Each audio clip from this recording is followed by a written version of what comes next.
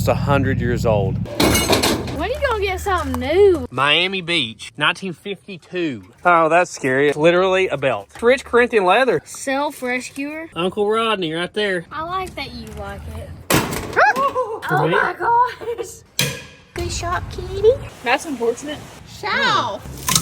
What the heck? Oh, y'all won't believe this. Dang, son. It's literally a rope. That is disgusting. Oh, Lord. She's shining now. Dragging the ground. She roached. Exploded. My soul left my body. Oh, wow. Right there. There it is, it's mine. Slightly better. Oh my gosh. Go, squeeze, go. It was all because of me. Oh, Incredible. grab hold to it. Rocky's here. It's like nasty. That's not good. Lubrication for the rotation.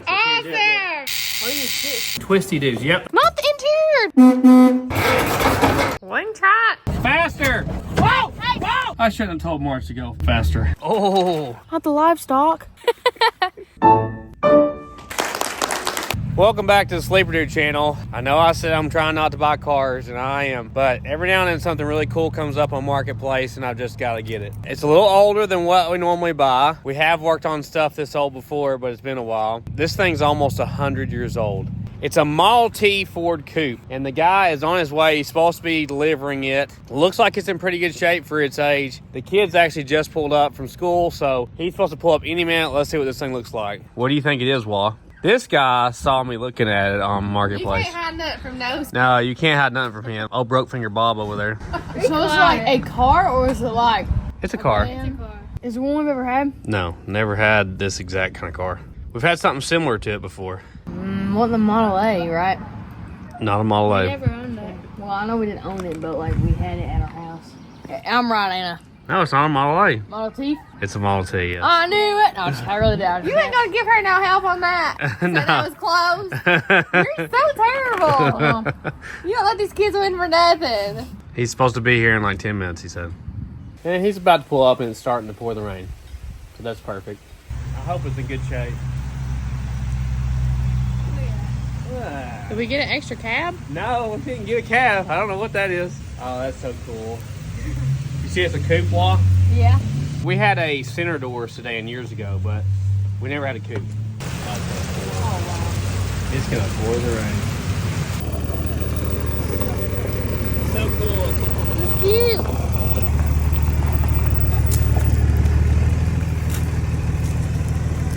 Dang, them cases have seen better days. Yeah, need some cases on it. It reminds me of like 101 Dalmatians. Not Cruella DeVille's car, but the two bad guys. Okay. She asked me if we got a truck cab too. I said, no, I don't think so.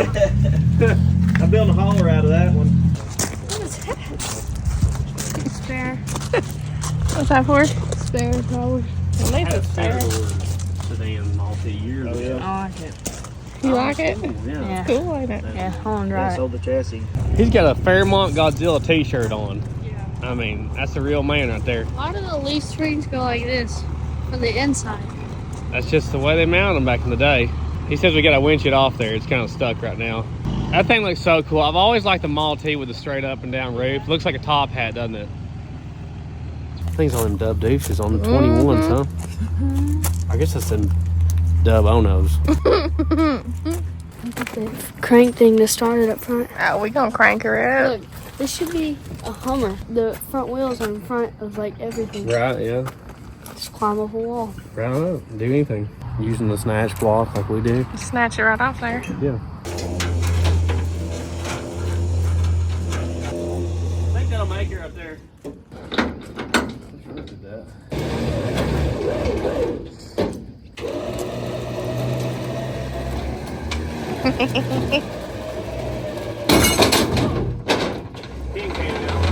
Yeah. I've got one You don't up think- there if you need it. And his dad had owned it for like 30 years.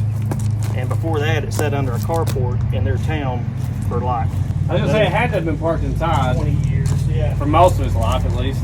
Yeah.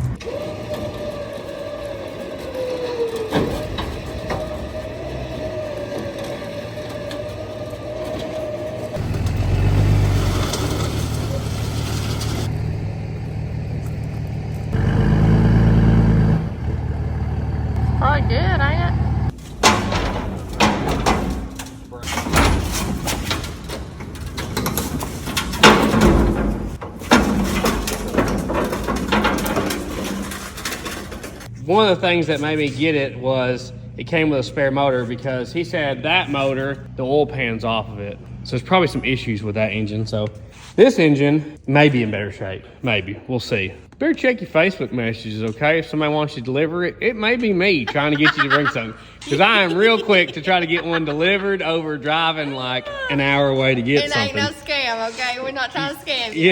Yeah. We'll pay you when you get here. Squeeze is home now. She hasn't seen it at all. What? You don't even like this? It's awesome. When are you gonna get something new? What? This was new 100 years ago. Way better than the other. It's very better than the other cars. Oh, so okay. Well, that's a start. I like these type of cars. You don't know what year it is? Is it in the 19s or 18s? The 19s. Thank you. Okay. Early or late? Early. Okay. 1987. Close. 1926. You said early. Oh wait, early is early. You know what I just thought about? This is another car from the movie Cars. Oh, yeah. Lizzie. It's that flirty woman. Mom can't even open the door. Not sure. There you go. You got it. Well, check out that wooden steering wheel, huh? I love this steering wheel. Can I sit inside or will it break? Yeah, probably won't break. Will it break? It's- Don't scratch yourself. This Should have time. like wooden floors and stuff. Look how the steering wheel goes the opposite direction. It was like old my basement. great grandpa's house. Okay. This is probably your ignition timing here, I would think. And this is probably your throttle over here. It I don't is know like, what that does at all. It's like It's a like tractor, Mama's you know, one of them tractors. Yeah. Those little things. Check out your windshield wipers. You want to use them? What? No way. Isn't that super cool? Way. I forgot the radiators have like. No. Oh look, this glass. Yeah. You can. Yeah, you can lay the windshield out, yes. That's awesome. The one we had years ago, the sedan, it had wooden frame structure, but this actually has metal because this has a square back glass. The one I had before was a round back glass. I have a question. Yes. How much did you pay for this? $3,600. $3,600. Yes. Was it a good buy or not? It's really old. I would personally get it for like $2,000 and like $500, but you know. Yeah, well, I'm going to have you negotiate next time. Look, is this your starter here? I've never drove a Model T. I've drove a Model A. Oh, look, it pulls something down there on the engine. Skedaddled. The nice thing about these is, as far as getting them run when they've been sitting forever, they have no hydraulic brakes, so there's no stuff that goes bad in the brake system, and they have no fuel pump. So the things that usually go out don't. It seriously has like nothing up front. Yeah. Well, it should have a bumper, I would think, but I don't see it. That's another. That's your coil, I think. SOS.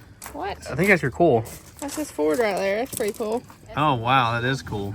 Put I thought your it was finger like right a. there. Da-da-da-da.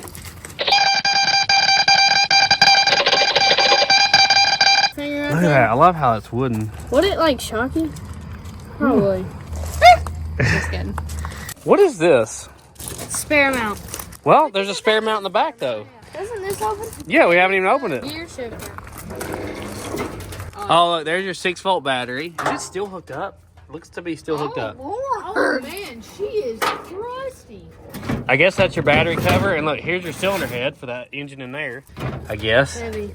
You could pack somebody in here. It has a little rust around the back, like right in there at the very bottom, but that's all. I mean, considering it's 98 years old. I They mean, used to put the shine in there, didn't they? yeah, but that when you think more of that, it's like more of the cars from the 40s and stuff and 30s. But look at this, Miami Beach.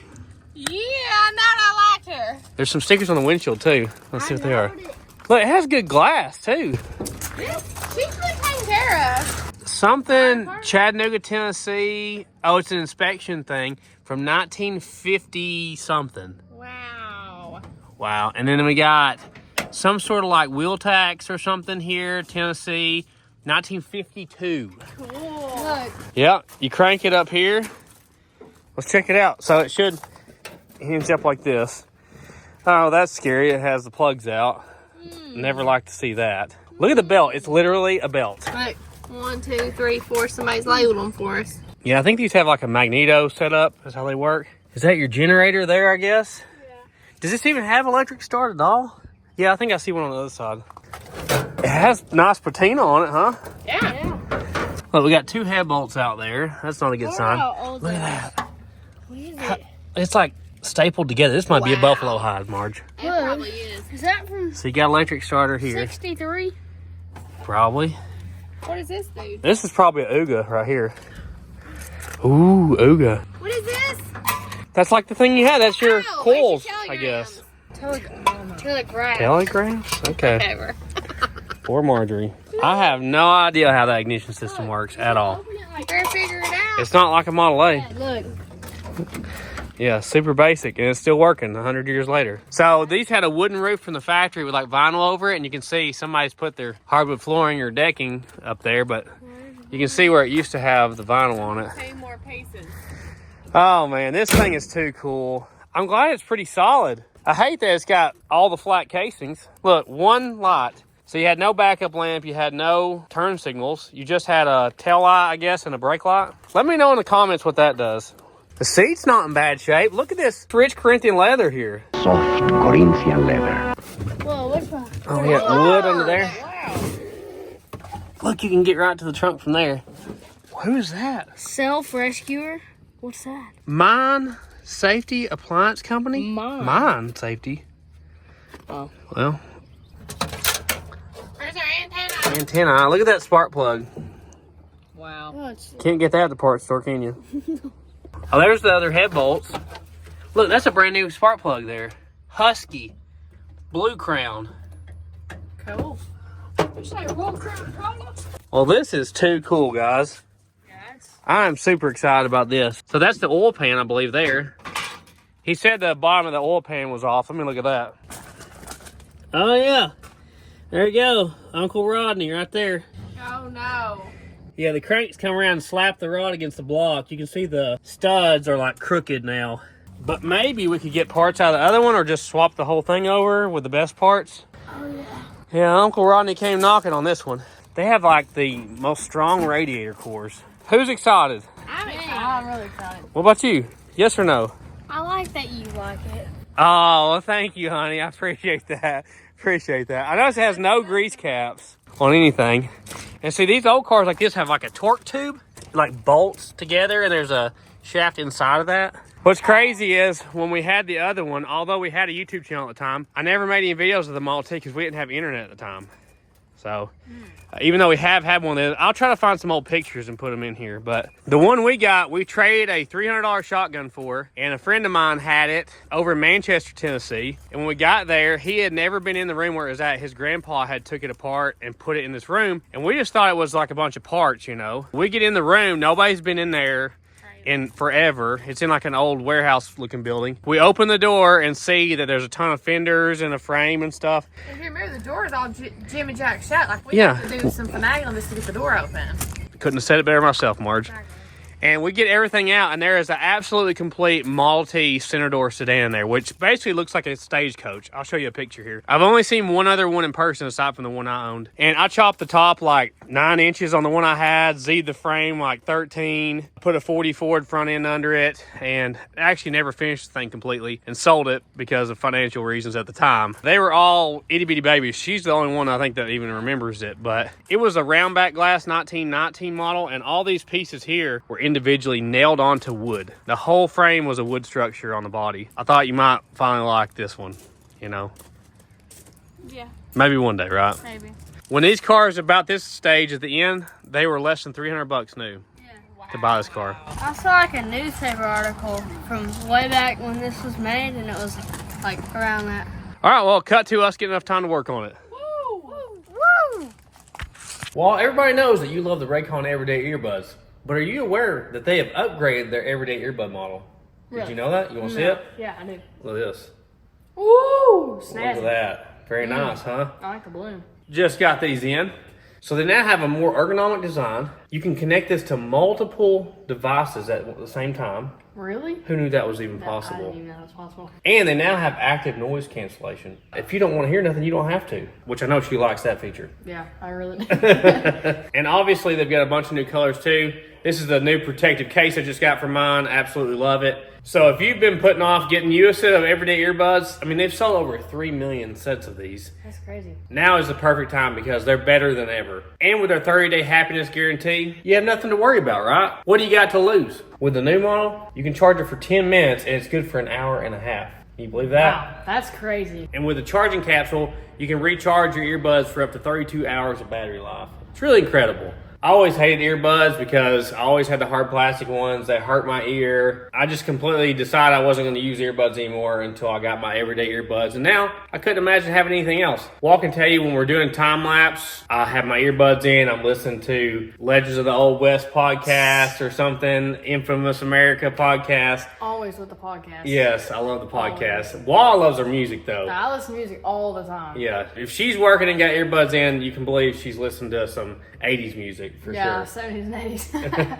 She's got my old set now and use them all the time. The everyday earbuds have the audio quality of the big name brands, but at half the price. Who doesn't love that? They even come with these optimized gel tips, so it gives you a custom in-ear fit, no matter what kind of ears you got, you know? And they're now weatherproof and sweat resistant. Now, I have left mine out in the rain before and they still work great. Yeah, they just fit so comfortable and snug in there. You don't have to worry about them popping out. Just pop these bad boys in. You got nothing to worry about, you know? So click the link in the description box or go to buyraycon.com/sleeperdude to get 15% off your purchase plus free shipping. Big thank you to Raycon for their continued support of our channel. We really appreciate their help. It makes all this possible. Go give them some love. Let's get back to the video. It's been a couple days and we're back to finally see if we can get this thing running. We know it's gonna be an uphill climb, you know? Probably a low chance of success here. Since we know that we have a thrown rod, we're gonna have to start out with pulling this motor apart. So let's get right to it. Hopefully we can take the parts from the other one and this one and make it work together. I wanna show you something about the steering wheel that we didn't show the other day. We figured it out. It looks like it's brass. Pull up on this. I guess that's to let you get in and out easy. Oh. How cool is that? Huh? It looks like it's on there upside down. You mean backwards like that? No, that's how they were. Oh, really? Yeah, that's how they were. It's so cool looking. You know, I realize we don't have a key to it. Oh. No key. So I'm hoping that a screwdriver will work. We have a bag of Ford keys, don't we? Yeah, but not Model T era Ford keys. Maybe we can just take the hood completely off and have it out of the way. Slide it. Well, it's in like a little hinge here. I think if we pick the front up, it looks like, we can get the whole thing off of here. Okay. Did you break it? No, I just unsnapped it. Oh. Wow, that's heavy. They built these out of real metal. Yeah, it's back when metal was real, huh? Yeah. It's not real now. Are these No, it's not real now. things like indestructible? Because like I wouldn't say they're indestructible. They are much stronger than new car radiators. I'm going to start by trying to pull the cylinder head off this and get a look at the piston. Hopefully we can get that piston and rod that's been thrown out of the bottom, push it up through the top and replace it. that plugs. If that motor over there has the same bore diameter, which is what I'm worried about. Those are weird. They're big boys, aren't they? Yeah, they look so weird. Do you guys want to go ahead and pull the carburetor off and start trying to clean it up while I'm trying to take all this apart? Yeah. I guess I'm going to start by removing this coil box. It's funny, it almost has a more modern ignition system than old cars do because it has individual coils like a new car does. Look, somebody's marked that 1, 2, 3, and 4. But I also need to clean the gas tank out, see what kind of condition it's in. Do we need to unhook the battery? Sure, I'm sure it's dead, but let's unhook it.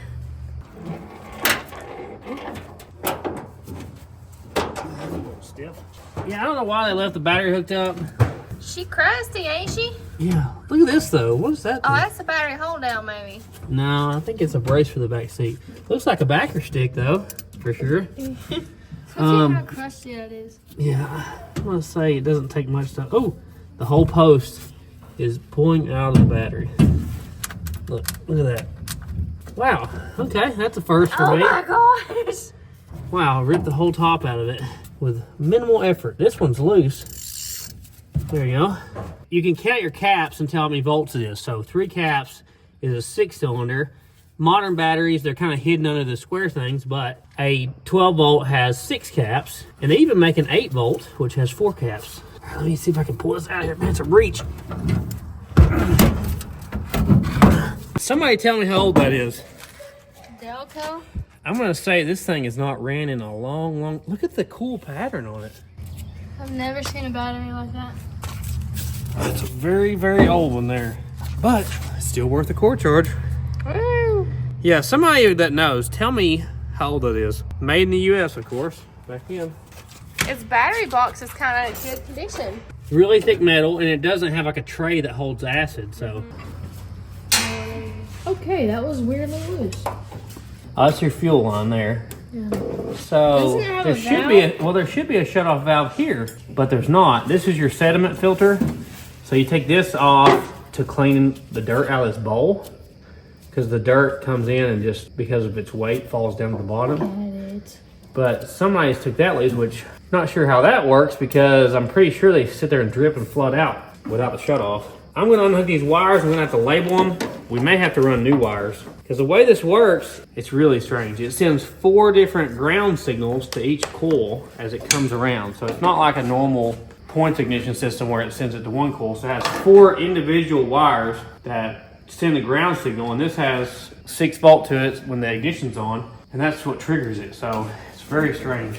I can't believe it's wooden. Isn't that crazy? So cool. I hope we can get it running. We can. Well, it doesn't even have an end on it. Nice little seat you got there, Wall. Yeah, the running board works nice for that.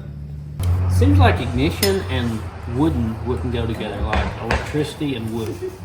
Me and Marge had a house with fabric wrapped wiring. You ain't got to tell him all that. The same year, it was built in the 20s. You got to tell him all that now. Think you're doing better? Getting there. Good deal. Marge, this might be your next day to driver training. Hey, I'm going to put around in her. Guaranteed. Going 20 everywhere? Small carburetor, isn't it? Yeah. Alright, so those are all loose. We can leave the plug wires on there. Start pulling head bolts. Now I've soaked this with penetrating oil for a few days now in anticipation for this. And one thing about it, if it does flood, it can't go up into the motor. It's a downdraft intake. Unlike a new motor where it would just go in the engine, this one would just go out in the ground probably if it did flood out. Look, does it get all of its air off the exhaust manifold and it has no filter? Look, there's no filter here. And it goes up to the exhaust manifold. Oh, we're gonna have to do a cold air intake. That's all there is to it. We can't be having that. We might get up to 21 horsepower. Oh no. Yeah, I didn't come up. Ain't happening. So this is your choke right here, and I don't know that this is the factory setup. It doesn't look very factory to me. It's so loosey-goosey. We have a choke spring, which once the exhaust heats up, you know, it loosens the choke. Looks like I'm gonna have to bend this little rod here to get it off of there. Okay, we'll definitely remember where all that went, right? Oh, yeah. And then here is your throttle. It appears to be welded right there. See that weld on that? All right, I got it off there. That is the weirdest intake setup. I can't believe it doesn't have an air filter. It doesn't have an oil filter either, you know, in these old motors. There we go. That's got a drain. Looks like an old piece of string for a gasket. And there's your throttle. And there's your choke. See, I think this had something connected to it. Like the Model A we worked on had like a rod that came down. Remember you had to turn it so many turns? I think that's what this is. And that's probably going to be an issue for us, because if it's like the Model A, you like turn it out like a turn or something and start it. And that enriches the fuel mixture, and then you turn it back in as the car warms up. So we may have to manually do that out here until the engine warms up. Here we go. Oh. Please come out. So I'm afraid if I hit them with an impact, they would just snap off there. Looks like a turn out there, doesn't it? Yeah. If we keep doing this, we'll be all right. You can get the ratchet wrapping? Yeah. This is ridiculous. Mm-hmm. Is it dripping out gas? I'm sure I read something. Oh, Lord. Did you put Marvel in it? No. Ew, that is awful. It's just old about. You see how it has like Oh, that? Where is maybe that? something to hold it? You gotta put something in know, that. Why is there a hole in that? Maybe like a drain hole. We're gonna put this thing in a vise because Wall wasn't having any luck on the bench with it. Go ahead. So, oh, no, not crazy. There you go. It's a big nut. Yeah, sometimes. I don't know what the little hole in the middle's for. I should do this on the table so we don't Yeah. Okay, so drop parts everywhere, huh? Oh, rat's nest. Yeah, that's what we saw. We didn't put Marvel in it. Do you think that's what that is? is that Marvel? I mean, it looks like automatic transmission fluid or Marvel or something. So somebody was trying to loosen some stuff up. Here's your float. Maybe they kept it lubricated. Yeah, this looks like a float, doesn't it? A big circle. A Like a buoy. life preserver. A buoy. There's the hat. Oh, there's a pig on my foot. Stop it, piggy. No. Yeah, it tastes good. Is that brass? It looks like, yeah, it's brass. Let's see, will the needle come out? We don't have a carburetor kit. I'm sure you can probably buy one somewhere, but not at the parts store. Oh, it looks like fuel goes in here. So this must go down to the jet somehow, this guy. Can we unscrew it completely and take that out? You just gotta keep on threading it. Just keep on threading. You gotta dig a little deeper. Just keep swinging. How far do you go down? Oh, look at that. Yeah, I bet that's like a metering rod, like the way the Edelbrock carburetors are, where they have a jet with a metering rod down the center of it. So your jet's gotta be straight in line with that. I just don't know what this hole is here. I'm assuming that's like the overflow, possibly, if it fills totally up. I could be completely wrong though. So look, we got some plugs here we need to take out. You can come loose. Oh, it doesn't feel like it. Another one here. We don't want a chance hurting it. Let's get a bigger screwdriver. Since this one's already broke loose, I feel safe enough to take the center impact, I think. All right, one head bolt down.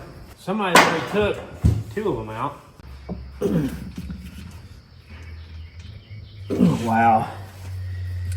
It don't want to come out, does it? No. Thought it broke loose, but it didn't. Moving on to things we can take out. Take this guy out, which is the fitting that goes through. Aside from the outside being really dirty, it doesn't look super dirty, you know? Yeah. Did you crack yourself up with that one? I meant to say yes, but it just like came out. Yurt? It's not coming out. We have to heat this up. Oh Lord. You know what I'm saying? Sounds like a good idea. Take our fuel inlet off, just so we have access to as much as we can to clean here. Hey, this may work out after all. Things are looking up. You know, it may surprise you to know that I had a genuinely negative outlook on whether or not this is going to work. Wait, are you talking about like running in general? Well, just like the head bolts coming out and all this, you know. Working? I just figured they would be super stuck, considering they're 100 years old, you know. Okay. Ralph, you want to grab this coil box? I'm assuming all the head bolts are the same length. Might be heavy, I don't know. Oh, is there something connected? I don't know. Oh, there's a wire on the bottom. I don't think it's just barely connected. Okay, we'll label that. Look at that, that's your ignition system. That's your coil packs. Looks like something from the Egyptians. It's like Morse code. You mean telegraph or Yeah. whatever? Anybody else want to give it a try? Sure. Just hold the other end with your left hand to keep it straight up and down, okay? That was like, They're not too bad, huh? no, it's surprising actually. Yeah. Squeeze, you think you can break them loose? Oh, yeah. You got it. Good job. She would do it either way, no matter what.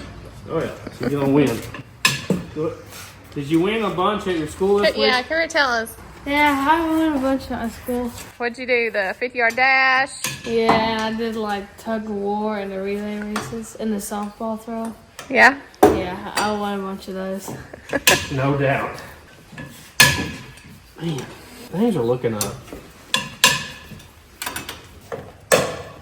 Oh, pig. Why? Why do you like ankles? I will say she hasn't attacked me lately. She's doing better. She's doing a little better. Guess it doesn't have any coolant in it. We haven't drained any and it's not leaking. I wonder what the oil was like back then. It's good stuff. I guess. I didn't dinosaur, didn't it? All the ones I can rake, everything run out. That's crazy. It probably still does. That's part of what's in engine oil. Fossil fuels. Remember the Sinclair dinosaurs out in front of the gas stations? Yeah. We passed them like 50 times. I think there's one before South Dakota. Why is everything have to do about South Dakota? Because that was... That one singular screw. He doesn't want to admit to. He don't want to talk about that, does he? The air conditioner unit. I don't remember anything about that. I don't think that happened. Oh, yeah. Is she being a good shop kitty? Huh? You do so good coming down here and working. You got stuff in your hair. Yeah, you got stuff in your hair. Oh, come on. Really? Can you really not get the back head bolt off with the body on the frame? Are you kidding? We're about to get it off there. One way or the other. I have to cut it. I'll hook to her. I feel like we're already winning. Oh, we're winners. Oh, never mind. It did come out. It's raining, guys. Already. You don't like the rain? I think I'm going to take the radiator and grill shell out instead of breaking this loose. I just feel like that would be better. These running boards are really nice for escaping the pig. Get out of there. It won't loosen up. Maybe I can tap it out there with a hammer. Okay. Skedaddle. What did you find? You got Squeeze's milkshake. Is that good? Huh? I wanted it. Snooze, you lose. I literally asked him, I was like, do you think the rain will mess up your audio? And he's like, your voice messes up my audio. This has the most hilarious radiator hose. And it feels like it's hard as a rock. Like it feels like a piece of iron. Probably definitely older than you. It's that good cast iron. Oh, it's like a screw right here. That'd be a cool wall hanger if this was a junk car. Turn it around. Oh, yeah. Very cool. There's like different years based off the grill shell. Some of them had black grills, some of them had chrome plated, some of them had brass. And the brass, I think, was the early ones. And here's that. Now if we can just get the lower one loose. Definitely no coolant in it. Oh look, it's just rust powder. Ooh, that's rusted off of there. Part of this is rusted off completely. That's unfortunate. That is unfortunate. There's probably two in the whole world. No, they make parts for these. Wait, actually? This is the most common car made until the Beetle. Nah, that's in bad shape there. Look how thick the cores are. It's been repaired, obviously. What's the weather report? It's going to shut off here in a minute. Are you a meteorologist? Oh, yeah. Just give her a second. She'll be all right. It's raining pretty hard. Something wrong with your feet? Hey. That nose just goes like whoop, whoop, whoop, whoop all day long. Oh, it's so strong, too. It's stronger than you think, yeah. Have you seen, like, what this looks like? I have not. It is so disgusting. Show. This is a shawl moment there. Show. As the water heats, it like moves through the system is how they work. Could be wrong, but I don't think these even have a water pump. All right, let's crack the seal here, see what we find. Hopefully, we find at least 3 good pistons under here. And we need to be careful with the head gasket because I don't have one, except for the one that was in the car. This probably only has like 5-to-1 compression or something. They don't have much. What do I do with my buffalo hide here about taking this loose? It probably came off of Papa's pants. Papa's old belt. Yeah. And there's like a Three Stooges thing where they took their belt off and fixed it, I think. In one of those old Three Stooges things. Look, it's like janky doodled together. Yeah. That's how they did it, I guess. I guess so. We're going to do this. I'm going to rotate this head forward and y'all try to get it over the belt. How about that? Well, no holes through the piston. That's good. There you go. Whoa, that's a big combustion chamber. Is that rust that came out? Yeah. Look how big that combustion chamber is. Wow. That's crazy. No wonder they had no compression. Oh. Yeah, that's a water passage. Well, I don't see any obvious cracks. Do you guys?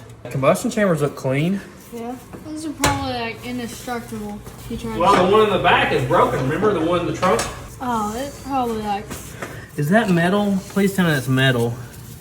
Yeah, I think that's a metal gasket. Victor, or Victor? Is it Victor? Number 101. It's a G. Is that a G? Looks like a G, doesn't it? You just give that some copper spray, it'd be good. Look at this. It looks like it's been copper sprayed before. Okay, well maybe we're okay. We might get a vacuum to it. Which one is it that's throwing a rod? I don't see any broke valves. I think it's this one. Right there. Big thing. It's kind of groovy, isn't it? You think that would run? I don't know. It wouldn't have as much compression in that cylinder for sure. The other two feel fine. This one, obviously, I can't do anything with. Let me see if I can knock that piston up out of there. Uncle Rodney came and knocking, and it definitely did not turn out good right there. That's definitely messed up. Hey, look! Cotter pins on the end. Really? Yeah. What the heck? What the heck now? Look at that crank, Ralphie. Look how long the throw is on the crank. It's crazy. And then it only has 3 main caps. You see the cam? Yeah. Look at the tiny little itty bitty lobes on that cam. Did you see the cotter pin thingies? Yeah, it has like cotter pins to keep your rod nut from coming off. So this is bent, squeezed together here. You know, like on the cruise boat. Together, separate. I think this crank only allows me to turn it one direction. Can I just grab a hold of this guy and rotate it the other way? That's a no. We got too much force against this right now. There's no point in trying to drive it forward because we don't even have room to get it out. We got to get this crank throw over to here. What is this? It's like, looks like a drain plug or something.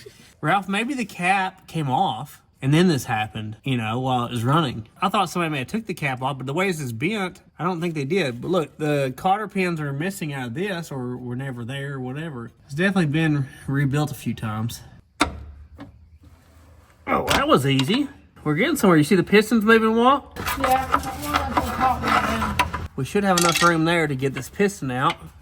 So I'm not worried about hurting this rod. Is it moving at all? A little. Look, it's turning, right? Yeah. Oh, I know what's happened.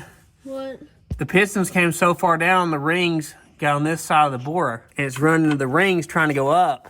Can you take it down enough to get the rings off? I don't think I can because the mains are right here. It's hitting the mains trying to come down. Are you trying to keep the rings? I'm trying to keep everything.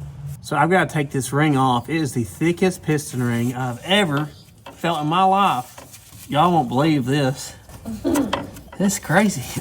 Can I spiral this guy off here without messing anything up? It's probably already bad looking at that bore though, huh? Yeah. If I can get both ends of it and spread it apart. The newer cars got, the thinner the rings got on the piston. Yeah. I got a pick tool in here now, trying to get this loose. I can get one end, but not the other at the same time with my hands. It's funny how free it is in there. I can just spin it like crazy, like a washing machine. What's your You know what? No, don't eat the sheet. She's trying to get her blankie. See if I can get her blankie. Oh, I'm on her blankie. You better not do it. She's gonna be mad at me thinking I'm doing it.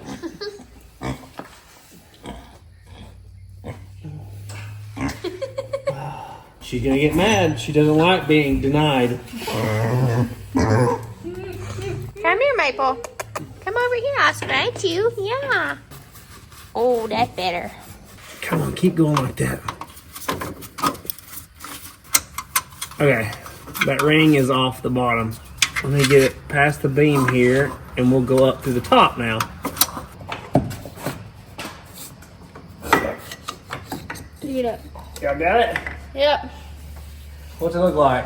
The board looks absolutely terrible. That's good. Oh. Yeah. Groovy. Grooved. Groovy. Look how tall that piston is. Look at the width of these rings. Dang, son. That is the biggest rings. Look, they still have tension in them. That's tiny. Yeah, look at that guy. It looks like the pin bolts in, so we should be able to swap that out if we needed to. Is it really groovy? Yeah, right there. And So here's our oil control ring here. I wonder what got in there and grooved everything up so bad. Let's see if we can crank this thing over now, huh? can we do it with the crank thingy? Yeah, sure. Can Give it I a go? spin there. Let me get my light here. Oh, you see how that works? Yeah, it only goes one way, yeah. You ready? Yeah, give it a spin.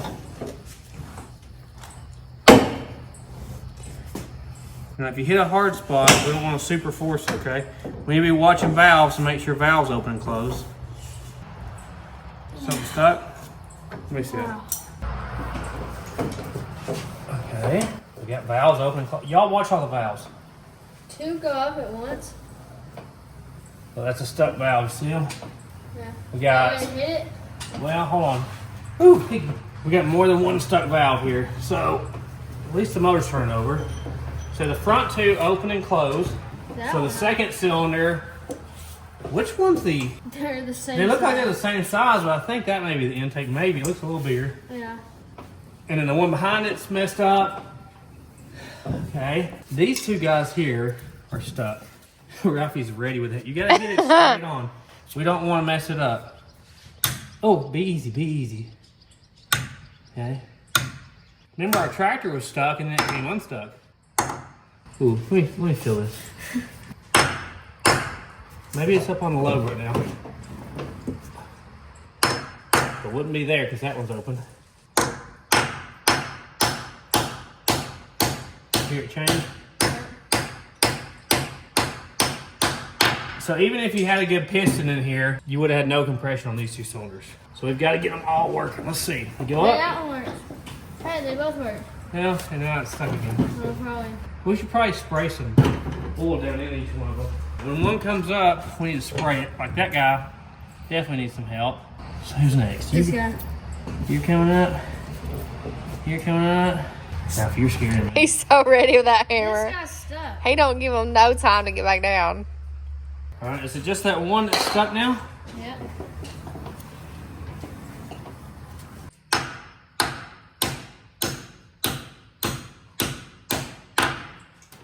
It's gonna come back up, and it's gonna stay up again.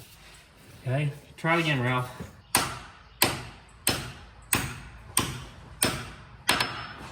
Well, if we could just put you in there, tap it down every time, we'd be okay. Yeah, that's really stuck, isn't it? Yeah. Up, no down.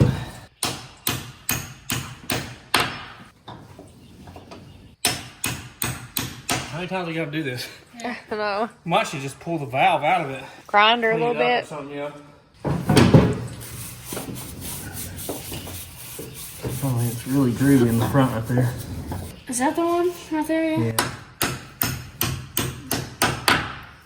That's a good workout for you. Can I try it?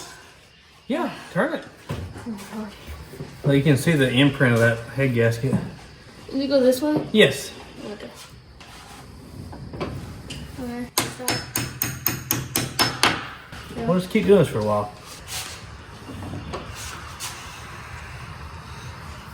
Good workout, huh? Yeah.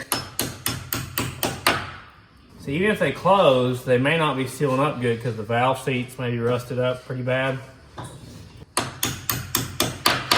That guy right there don't want to budge, does he? I don't know if that's making any progress there or not, except for burning calories. Yeah. So I want to see if this piston is the same bore as the other engine we have or not, or if these have been like, you know, rebuilt in the last 100 years. 3.740 is what this one is. This one is 3.745, but I'm measuring the bore, not the piston. You know, it's not a press fit, so I would say that's the same. Let me measure the bores to each other. That'll tell me more. I shouldn't have measured it that way. I'm getting 3.760, like that's 10 thousandths overboard, according to that. Maybe it's a hallway. Never know. We've been at this a little while here, trying to get this valve freed up with no luck so far. Wait. What if it has a broke valve spring? I think about that. Maybe it has no spring pressure to pull it down. That's possible. Trying to look at that crank journal down there. It doesn't look to be in bad shape, surprisingly, considering what it went through. I'm going to pull this side cover where the valve springs are, see what the situation looks like on this valve. Talk about strange. The throttle rod goes through the block. What? Through the middle of the block. That's weird. Seems like there'd be an easier way to do it than going through the middle of the block. Okay. What we got in there, guys? Ooh. It's supposed to look like that. You broke valve springs or anything? Oh. Hold on. That's our gasket, I think. Oh. Those have the puniest valve springs. Yeah. So is this one right here broke or not? No.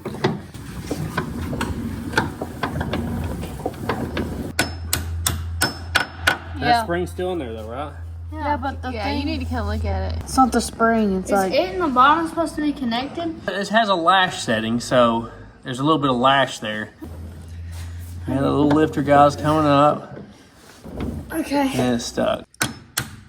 Oh, the lifter dropped down first, didn't it? Yeah. Well, let me see if I can get that valve just out of there completely. Looks like a valve spring like a Briggs & Stratton has or something. You can push it up with your hand. It looks like it has a little cross pin.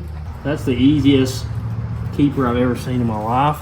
It's just a little tiny roll pin. Come on. Pop up out of there. Oh, it's scary. There we go. It. That is just like a Briggs & Stratton valve spring. Look at that. It's because it doesn't turn any RPM. It doesn't really need a stiff spring. All right, well, let's clean this up with a wire wheel. Look, it's really crusty right there. Look how nice the valve seat area looks. Like this is rusted up, but that's not. Surprising. Got some rust on it, doesn't it? I'm gonna hit it with some sandpaper too now. Try to get anything rough off here. So I'm gonna oil this guy up here. Oh, look at that. Free as a bird now. Yeah. Okay. Now how is it that loose now and it was that stiff before? I mean, I can It's do crusted whatever I up. want to it. This kind of gives you an up close of why these engines don't make hardly any power. Think about it, your intake's coming up through here, which is kind of the opposite of like a ram effect into your cylinder like you need. So it's going through the intake port and it has to make a complete 180 degree turn to get into there. And it has to make a 180 degree turn coming out. So like a race engine, a modern engine would have valves like this that cant towards the center. Your port would have like a straight shot into there. So your port would be up this direction.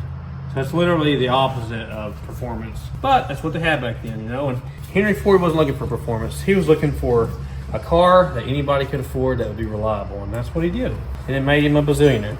So if I'm this deep into it, I might as well lap the valves in just to make sure that we're gonna have a good seal. Got my valve lapping tool, the old school one here, like you're starting a fire, you know, back in the Wait, seriously? big long days or something here. But I think I need to get these carburetor screws out so y'all can have something to do while I'm gonna do this, because this is gonna take a while. I don't think there's any plastic parts or anything in this guy. It looks like it's all cast iron. We're gonna try to heat it up to get the screws out.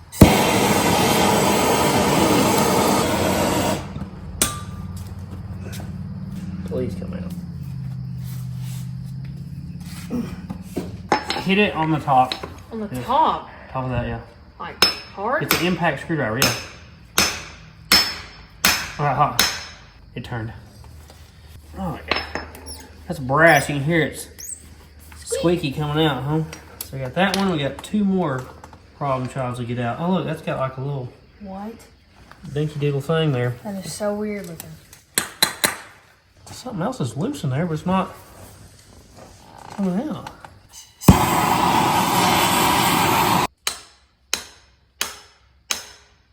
Just imagine how many times this thing's probably been apart.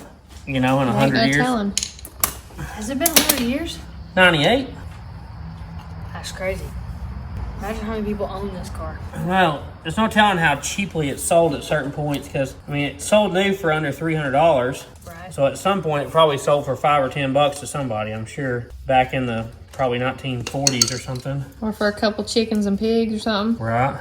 Now I just got this seat here. I don't know if I want to fool with torching that or not. I don't want to mess up. That gasket literally is a rope. It literally is. Look. Look, it's literally a rope. Oh my gosh. What are we going to do with I that? don't know. Maybe I can rope it off there and rope it back on. There we go. That's got to be homemade right there. Can I get the seat out now?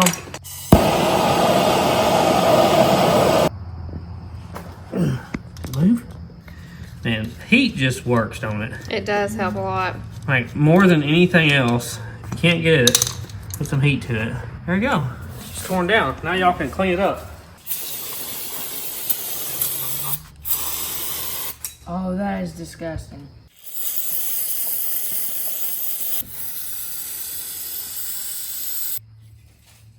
Yeah. That is disgusting. Look how cruddy this thing is. Is it that one of those plugs we got out? Wow. Yeah.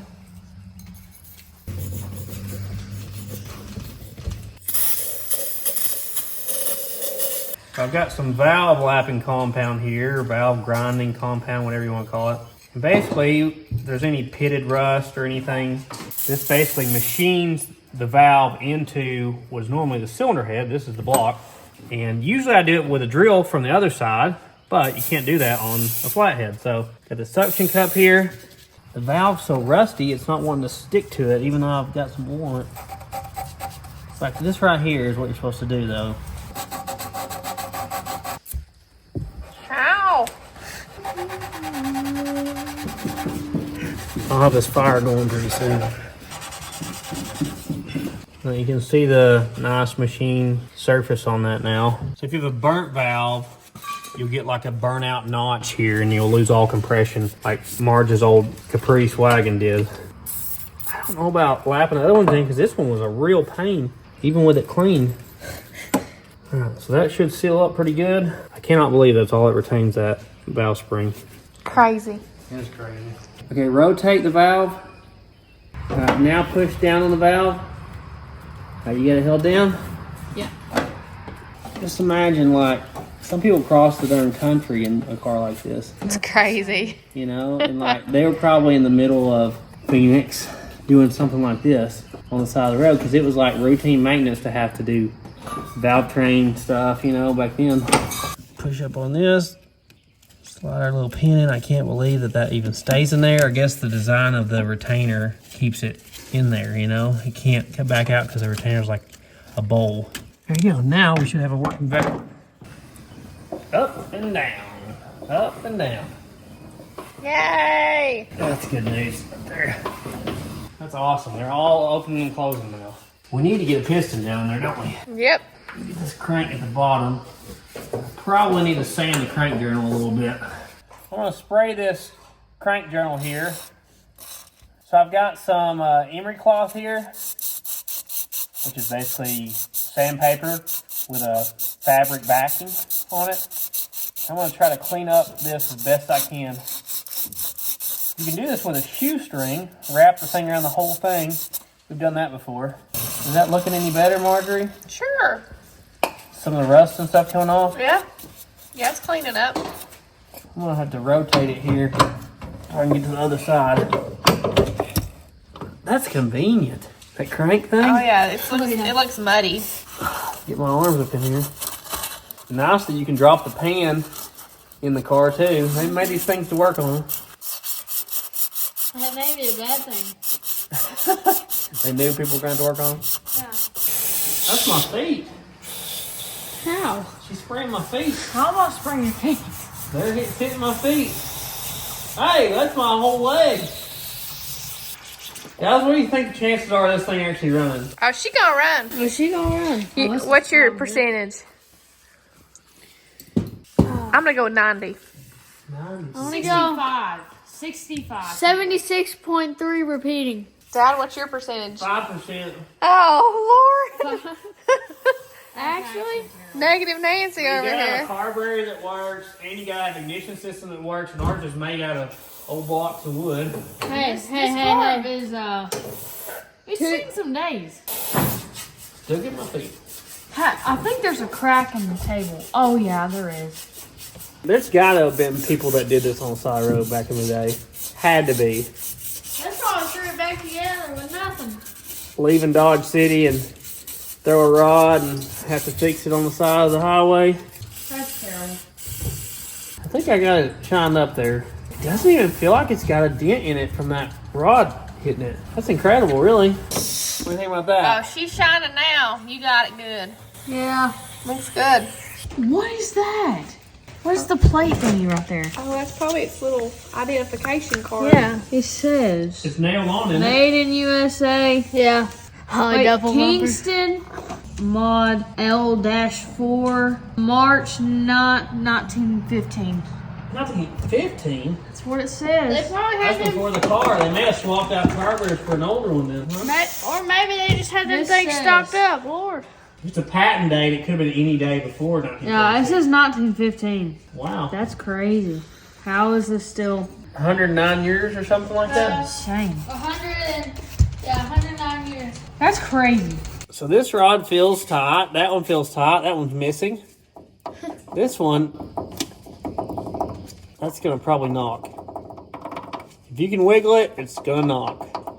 Yeah, that's roddening right there. We should think about replacing this one too if the other one is in better shape. Let's pull that piston rod out of the other one. Oh, that's my foot. We need to kind of lay it over, I guess. Oh man. You want to stack some up right here so this thing won't fall over on us? Is there one that's in the right position? No, not a single one is in the correct position to come out. We're gonna have to turn the motor over somehow. And it has no crank on the front of it. Oh, it's moving though. Okay, good deal, it's free. That one has a cotter pin. This one does, this one doesn't, and this one does. Those are some dookie welds out there. Dookie. That ain't even melting in.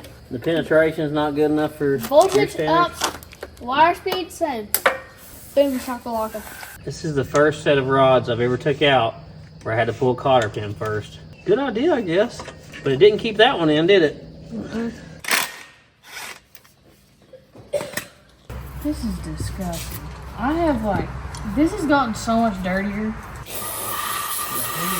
I believe this is called a Babbitt bearing, is what the old timers called them, which means melted into place. It's not like a bearing you can take out, like snaps in like we're used to. It's actually poured into that. I think we saw that in the video. You remember you watched that How Model Ts Were Made video like a couple of months back? Yeah. I think it showed them like pouring the Babbitt into that. Yeah, I think I did see that. Looks like it's made into the rod cap. Can we push this piston out? The one that's moving. Oh, yeah, right there. Man, those are the beefiest rings. That's incredible that they're that thick. That rod and everything straight. It looks like it's incredibly long. Compared to a small block Ford rod, get a measuring tape, Ralphie. Let's check some of this stuff. Squeeze, what percentage chance do you think this car has of running? 10.9%. 10.9%. Okay. It still has a bearing. It just looks like it's in rough shape. But I think anything you find like this is going to be in rough shape. Right. Get in here. Come out. Neither one of these engines seems to have a big ridge at the top of the cylinder. Not seeing anything that scares me, but I'm not expecting much either. The crank looks like it's a really long stroke, but then I realized that we're normally seeing a main bearing between those two. So it's really half that distance, you know? Yeah. That's so weird. We've come a really long way, Technology. wise. Yeah. This is crazy. Are you my umbrella? Yeah. Hey, what are you doing? She rubbed up against me a second ago. She's so soaking wet right now. Back up, Piggy. These bearings still pretty tight.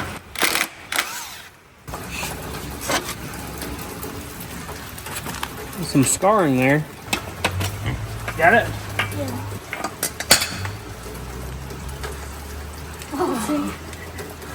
Okay.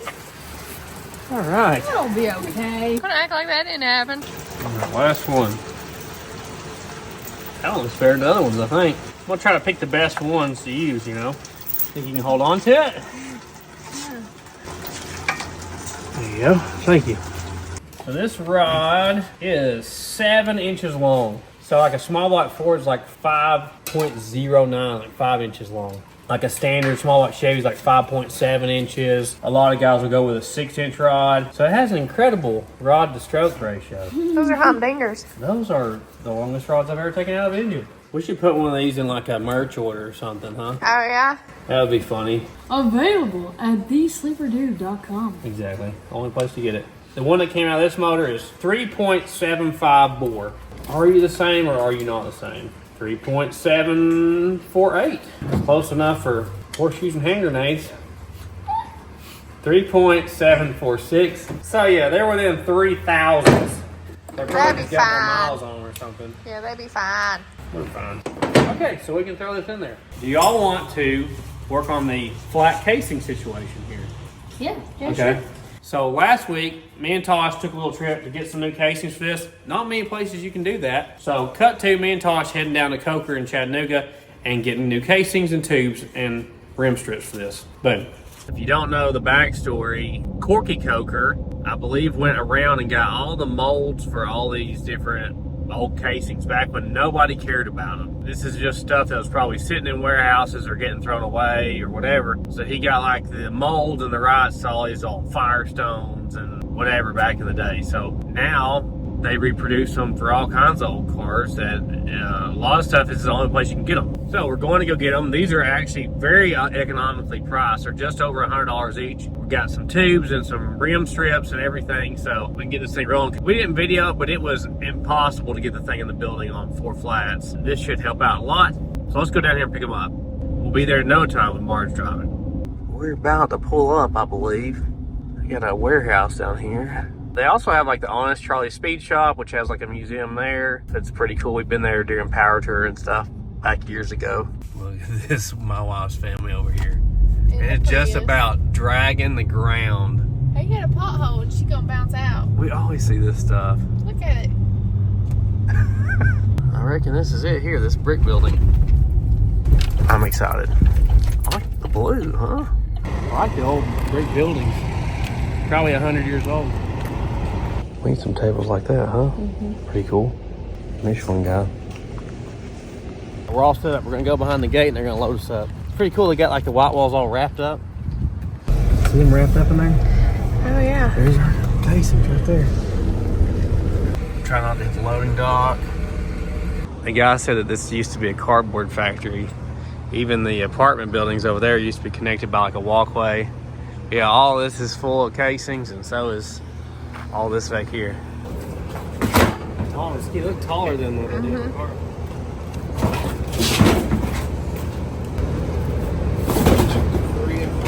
Awesome, thank you, sir. Perfect. Thank you. Nice to meet you. All right, let's get these home. Get them put on. Woo! Big thank you to Coker for their help with this. Go check them out. Website, phone number, all the things, right? Right. We appreciate their help. They got everything you need for a classic car. You want to get to swapping one of them out? Right. Yeah. She roached. Hey, the one over there, tell them the story. Oh, gave me a heart attack. We were moving this in the building and it was like impossible to move. That one over there aired up. I wish we'd been videoing. It aired up and then about 2 minutes later, it popped. It exploded, more like it. And she barely made it through it. Yeah. My soul left my body. How's your wheel bearing still? Hideous? Got a little wiggle to it? Yes. This is the board that has the groovy in it. I'm gonna hone it. I don't expect it to take it out. Actually, I know it won't take it out, but any little bit helps, right? Yeah.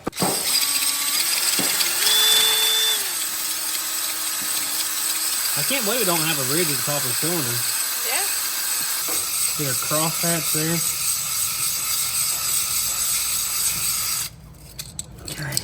Looks a little better, doesn't it? Yeah. A little more shiny. Got a little bit of a line there. I might can get that out. Well, that's about as good as it's gonna get, guys. It's just gonna have low compression on that cylinder. Let's go pick out the best piston.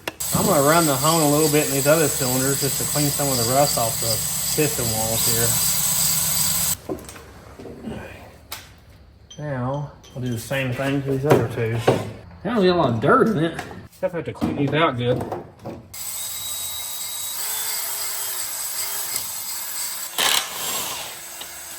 Oh, crunchy.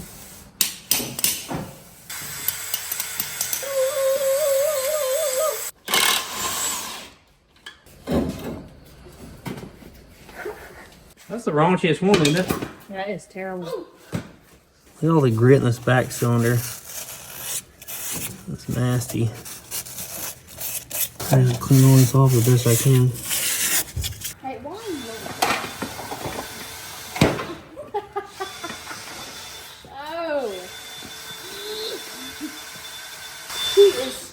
on there. Trying to clean off some of this combustion chamber and around these valve seats and valve tops.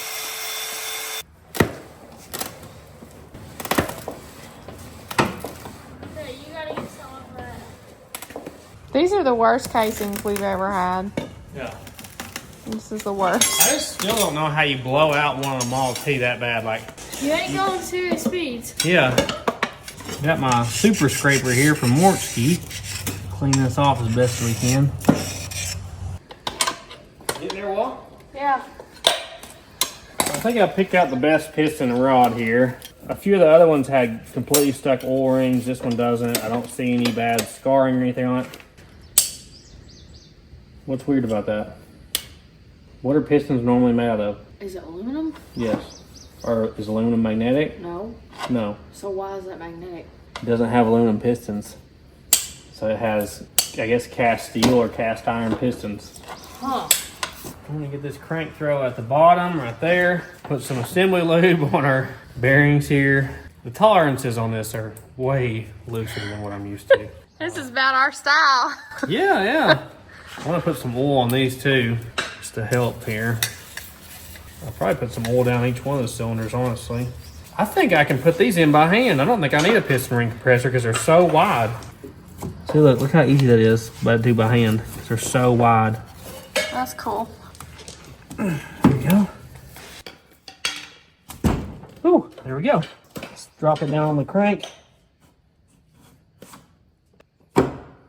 There. Put the cap on, we'll be golden. That goes right there. Like that. Look, the bolts just like are free in there. It's crazy. Such a weird setup. Ralphie, I don't know the torque specs on these, so can you help me with this? Yeah. Oh, that's good right there. What would I do without him here? Getting our rod cotter pins in. And don't forget them. Yeah, I think the last guy did. We had to have, because it didn't break the rod bolts. It had to have been the nut came loose. Right. That one won't come loose, will it? No. I'm gonna pull this front piston out because it's the one that's really loosey-goosey on the crank. See if we might can swap one of these other pistons into it and not have a knock. This cat's kind of stuck on here. Oh, what was that? Oh yeah, it's a good thing we took that out. You see that? What was that? That's a piece of the bearing. See, it's like melted the bearing out of that thing. Oh, what? Let me put this up through here.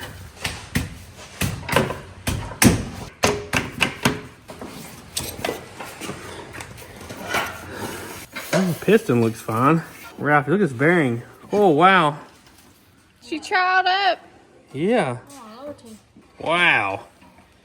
I knew that was a Rodney in there. We'll have to sand that crank journal and put one of the best ones out of the other motor in it. I guess I'll rehome this one now I got better access. I've seen a lot of different things on what kind of fluid to use for honing.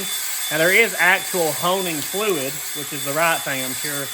I've heard people use water, guys use gasoline or lacquer thinner.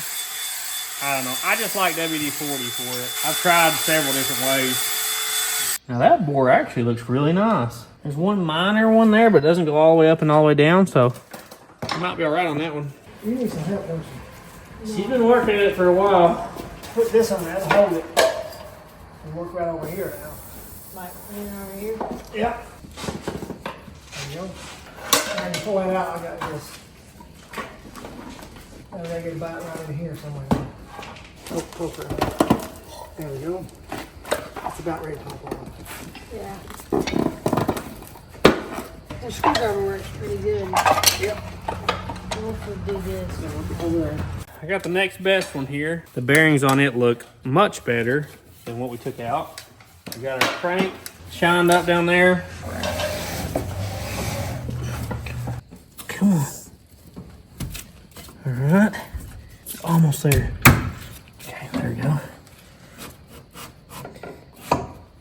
Right there. There you go. Like that.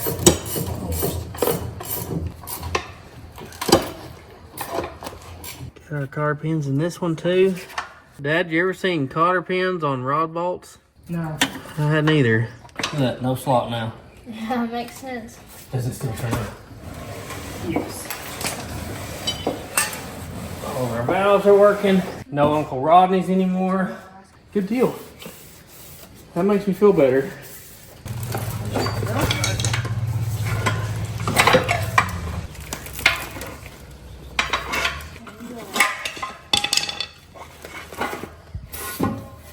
Hey, there you go.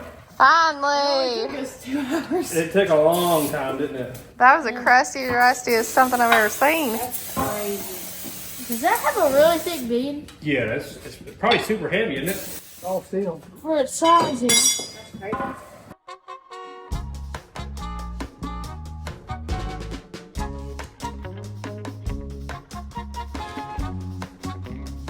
Well, we work later than we normally do. We'll get back at this tomorrow. We'll see you then. Wow. Come on, Pig, get off your blanket. Come on, it's time to go to bed. Come on. Oh, Godzilla! Are you ready for an exhilarating day working on the small T? Yes. I think I'm going to go ahead and lap the other valves in. I feel like if I'm this deep, I might as well do it while the head's off. It'll give us a better chance of it actually running. So I'm going to work on that. Y'all going to work on casings? I guess. Okay. The girls will be here eventually. It takes them more time to get down here. And we got our old rim strip in here that keeps the tube from getting hurt by the spokes. We need to get out too. It looks like it's just fell apart though. There you go. What is all that orange? Ew. I just scrape that off there. While Ralphie's cleaning the other rim, I'm gonna take this one off. Some old Model T mechanic be making fun of me right now, because he probably can take these out in 2 seconds. But the spring will just sit there if you leave it. It'll just stay in place. So I'm just gonna let it sit there. She done popped her off there, didn't she? Mm-hmm. She floated like a cannon. Yeah, that one did blow. That would be easier to dismount. Yeah. But it doesn't feel like we really have any wheel bearing issues, but we have kingpin slop down here. So that's factory. I put that through the valve stem hole so it'll hold it in place so I can get the other stuff on. You're going to get on here. I did it. Good deal. That way. That's the last retainer there. This will also give us a chance to look inside our ports to make sure we don't have, you know, wasper's nest or dirt dauber in there or something. This may be the easiest engine rebuild yet, or the quickest. Are the valves the same size as each other? I swear they look like they're the same valve. Pretty sure. Let me see if they are. I'm gonna measure them. There we go. That's a big old tube. That was faster than the one last night. The valves are the same size, 1.5 inches and 1.5 inches. That's crazy. Because usually the exhaust valve is quite a bit smaller. It's got quite a bit of surface rust on it.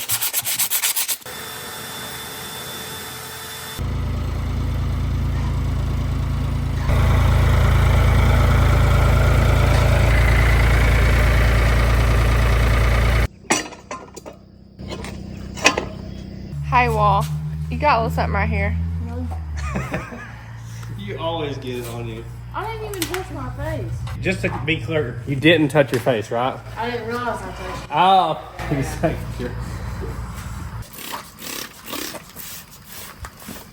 sure. Indeed, doggers.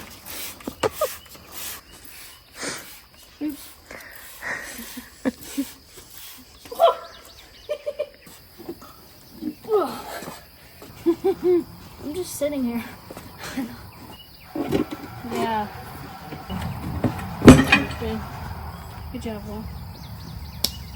So here's our tubes we also got from Coker. That's the size. That is a beast, right? Yeah, biggin'. Put like a tiny bit of air in it. We got to line this up with our hole here.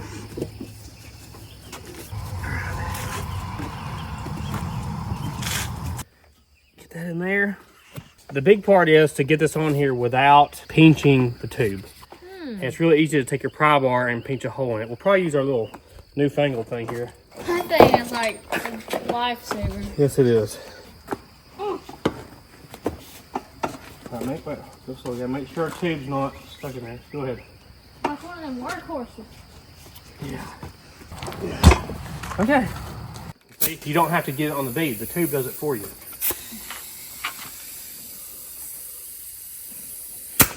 That's in Excelsior's. So it says 32 PSI. I'm like ready to hide. Why? It's all brand new. I mean, has one of these popped on you lately? Yes. 32 on the dot. Where's the cap, Ralph? Well, that's awesome. Yeah. I see, I feel like on a car like this, a set of casings like this probably lasts a long time. Oh yeah. And I can't believe these are only like just barely over $100 a piece. Where's Mikey?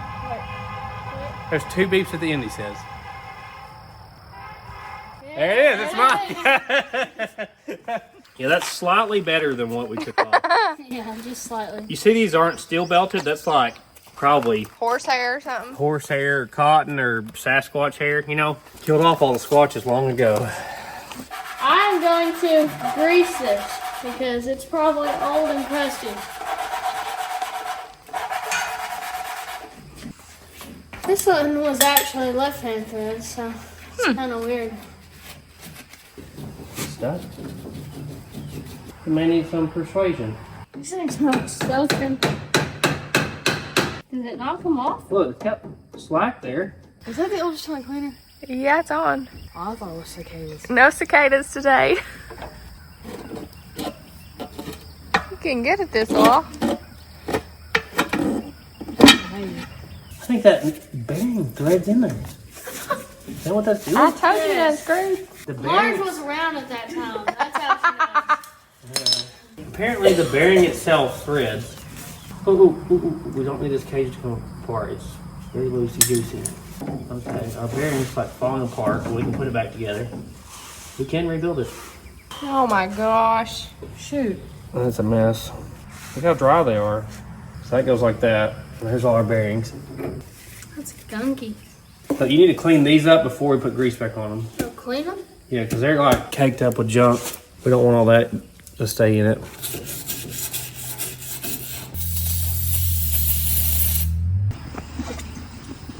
Got that?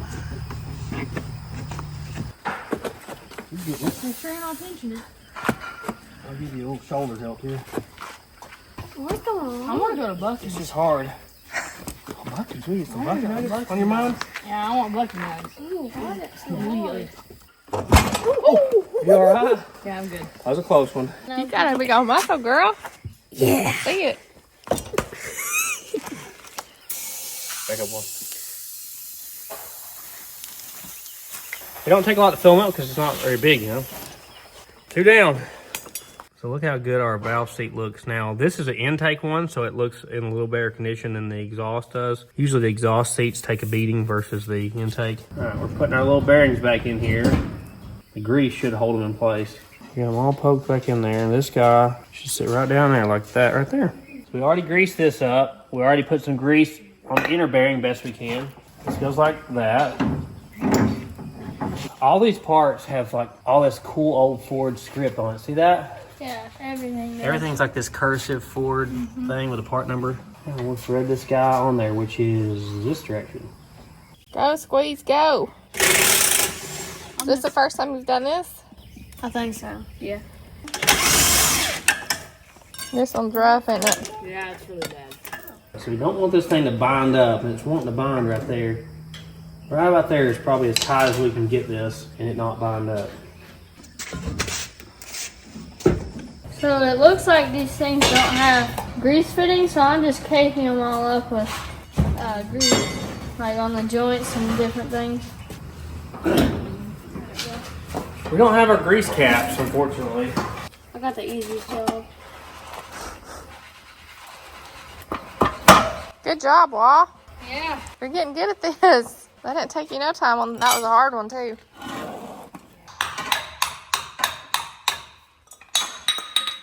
Never mind. Bam. That's Bang. way better. Wow. That's not the bearing, that's the front suspension member. I know, but so stuff. It's So crusted on there. It's just Yeah, like, if it was new, it'd probably pop off right now. But if you're knocking, yeah, there you go. good job, Wah. That's probably the hardest one. Hey, did you steal Scooter's toy? That was not yours. It's already. Whose toy is that? You done chewed it all up. There's no way to get the suction cup back here, so I'm lapping this one by hand. You can get it. There you go, last one. Good job. That took forever. Putting our valve keeper back in here. Like that. It's all working out. Yep. Yeah. I guess it's ready to put the head back on, but let's get these casings done first, huh? Yeah. Wad, do you want to clean this up? Yeah, sure.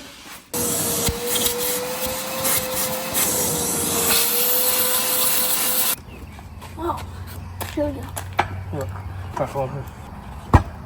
There you go. Good job, guys. It was all because of me. That's the part I love. You don't have to seat on the bead. Marge is trying to get the WD-40 and stuff out of the head bolt holes here with a funnel and a vacuum. I'm taking this bearing out now, trying not to lose all the pieces. Ralphie's getting our cylinder head ready with a super scraper. That one stayed together. Look at our dried up grease in there. Yeah, I'm gonna go out on a limb and say it's been a while since this car's drove.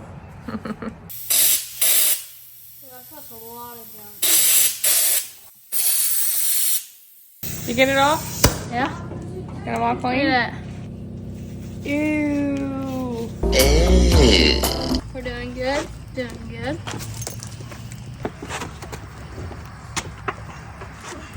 Yeah, last one. Take the Lorton Greyhound, right, Wall? Yeah. Man. It's gonna drive like a new one, isn't it? Oh, yeah.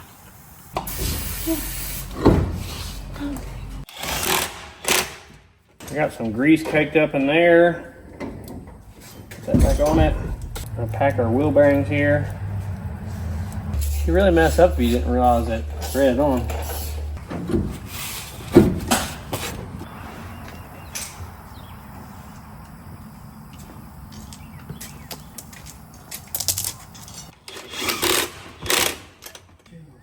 Oh, that was quick. Wow. Looks better. I'd love to know the CC on these combustion chambers. That's gotta be 200-300 cc's at least. Isn't that bad? It's not good for compression. What's really crazy is around this time, I think the Duesenberg cars came out like 1928. So this car's 2 years older than that. The Duesenbergs had double overhead cams, 4 valves per cylinder, and I believe some of them were supercharged even. Like today's stuff. Yeah, exactly. I think they were aluminum blocks and everything. It's crazy. We're cleaning up our head gasket here with Sweet Patina all-purpose cleaner. Go check them out. Use code Sleeper Dude. I'm just trying to clean this with something that's not too abrasive, like a carb cleaner or something, because I don't want it to come apart. It's not copper. This looks like it's been copper sprayed before. It looks like a steel core laminate style head gasket, actually. We're gonna hit this with that Hylamar stuff we used on Mom's Yukon. It seems to be working good. Everybody says this is really good stuff. For what it costs, it ought to be. Probably double, triple coat it. Supposed to wait 10 minutes after your last coat to install it. So they're working on the head bolts, cleaning out the threads. Get them ready to go. This is the same one that we took off this engine because it was in better shape than the one that was in the trunk for 100 years. And Ford put his name on every part, didn't he? Mm-hmm.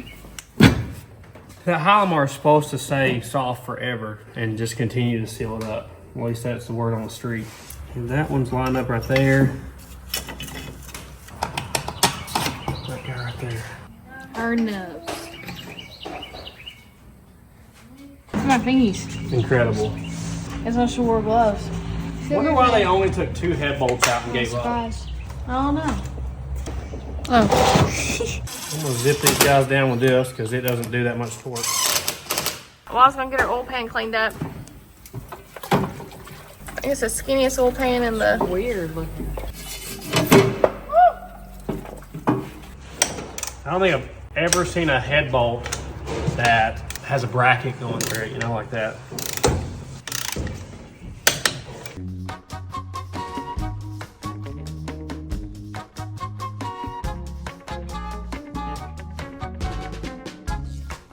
I got my fingers in here. Ralphie's gonna spin it over. You ready? Yeah. Oh. I think you're gonna have to go faster than I that. can't do that. No. Well, your thumbs aren't big enough for these holes either. You want me to try? Go for it, Wall. There's no way I can do this. Is Marge gonna have to grab hold to it? Here, oh, that one had compression. First one. All right, I got compression on, I think number 2 that was. It ain't like what I'm used to where, it's not a bunch of compression. All right, I think we got compression, but it's not a lot. Ralph's got an idea here. Oh. All right, try the next one. Hey. Did it, didn't it? Yeah. Yeah. There you go. Last one. There you go. We got some compression at least. We just realized we didn't put the belt on as we were putting the head on. So I'm gonna have to take this fan loose, which I think I just realized the way you tighten the belt. This appears to be what they call an eccentric. The bolt's like off center, so you can rotate this around, I think. At least I think I'm right about that. I just can't believe it has flat screws that hold the fan on. Why didn't we do that in the first place? I don't know. It has a grease fitting, so all this in here gets greased. This is how you tighten your belt, I think, is you rotate that guy. So we have a little bit more of adjustment. We can tighten that belt up. It was pretty loose. And I'll go ahead and grease all this while we have it apart. It's stuck. It won't rotate. Maybe that's why the belt hadn't been tightened. I got it free at least. Clean this up in here and get some of the rust off of it. That's the tightest position it's got right there. I'm gonna scrape this surface off and then I want to clean down in there because it's very dirty. Me and Warren are down here cleaning the oil pan flange on the bottom of the, I guess, oil pan. It's like an oil pan that bolts to an oil pan, because this is not part of the block. We're about to try to stick the oil pan and the side cover on so it can be drying. Because we don't have gaskets for them. We're going to RTV it on. Good jump. Here. Crunchies too. I don't know what those are. Yep. Miraculously, we found enough bolts for the oil pan, because we had no oil pan bolts. It's just a standard 5/16. I've got some 90-minute RTV on there. It has like these threaded bolt flanges that sit inside there. They're just free floating until you get a bolt started. It's really odd. This was the better of the 2 oil pans we had.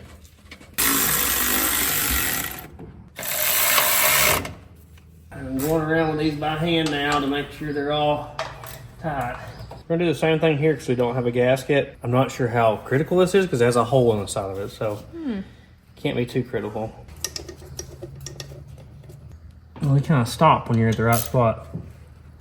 Okay, she should be sealed up now. Just needs time to dry. Now we need to move back on to getting our carburetor back together and our ignition system.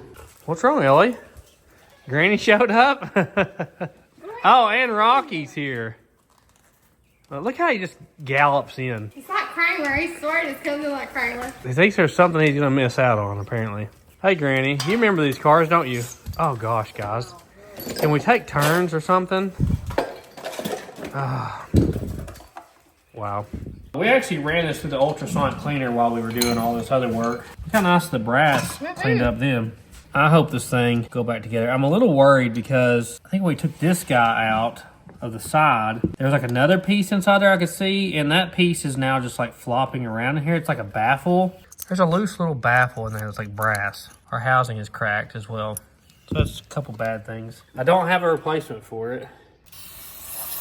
It's weird, the air doesn't go straight through. It goes down and back because you can't see straight through the carburetor.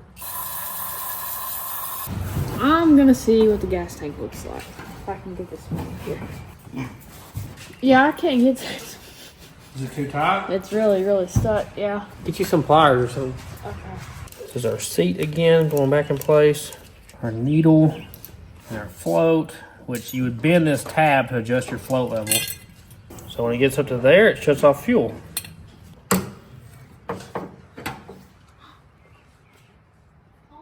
How? How? It broke? It broke off the thing. You better get some skeet skeet and spray that thing down. Yeah, that's one thing I did not spray. That loosen her up. Yeah. Ooh. Is it bad? It's not like rusted out or nothing, but at the very bottom, there's like this brown orange sludge. It's like nasty. I put my rope back in here. Seal this bad boy up. This also has a gasket right here, what we're using. I have low hopes on this carburetor working right. This won't tighten down all the way because our crack here. Really need a new carburetor. This is what I'm talking about. This is on the outlet side of the carburetor going into the intake. See this guy here? It's like a big brass baffle. I don't know what it does. I think this guy holds it in place. I just got to get it back in line, which is going to be fun. Because right now it's turning the completely wrong direction. We have been wiggling on this for like 20 minutes. Yeah, can you get that? Yeah, we probably shouldn't have took that loose, whatever that guy does. It was worse than operation. Yeah, for real. Look in here. So you see this guy here? Mm-hmm. I have no idea how he works. I guess as airflow comes in, it lifts up. I don't know what that does, but it's in there now. You've been in the mud. That's not good. Not good.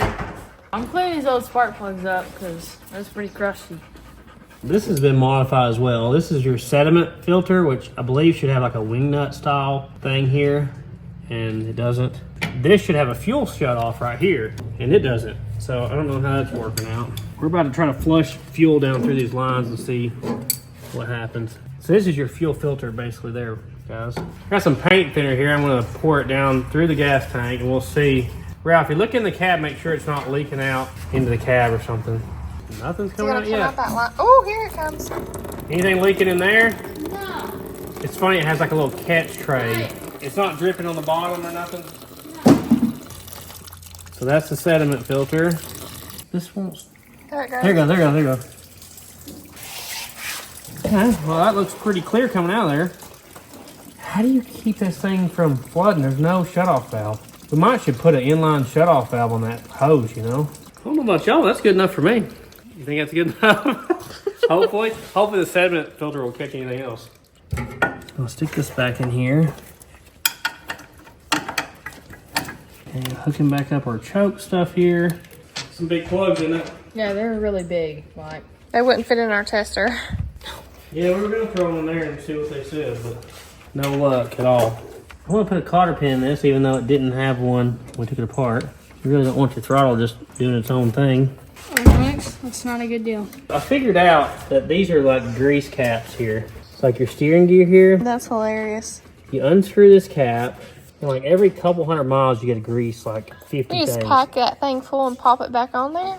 Yeah. We need to pack this full of grease. It's like empty. So now I got it full of grease, and you thread it back on there, and that pushes grease down into whatever it's on top of. There's one of these on the front universal joint bearing, and one at the back of the transmission, several places. While we've got the radiator and stuff out, I'm going to take this apart, which I would call the distributor, but I think it's called something else. Like I said, it just distributes a ground signal to the coils. This is what holds it on. That guy, it's already loose. This is what advances and retards your ignition timing right here. And it's got just a little hairpin here. And this is your little grease cap. Oh, that's You put hilarious. a little oil in there. I'm gonna go ahead and replace these wires to make me feel better. This is your little roller in here, and it rolls around, and I guess it makes contact with these guys, and that's what sends the ground signal to it. It's correct. It's okay. We don't have any other option. Boom. Shakalaka. That's so crazy.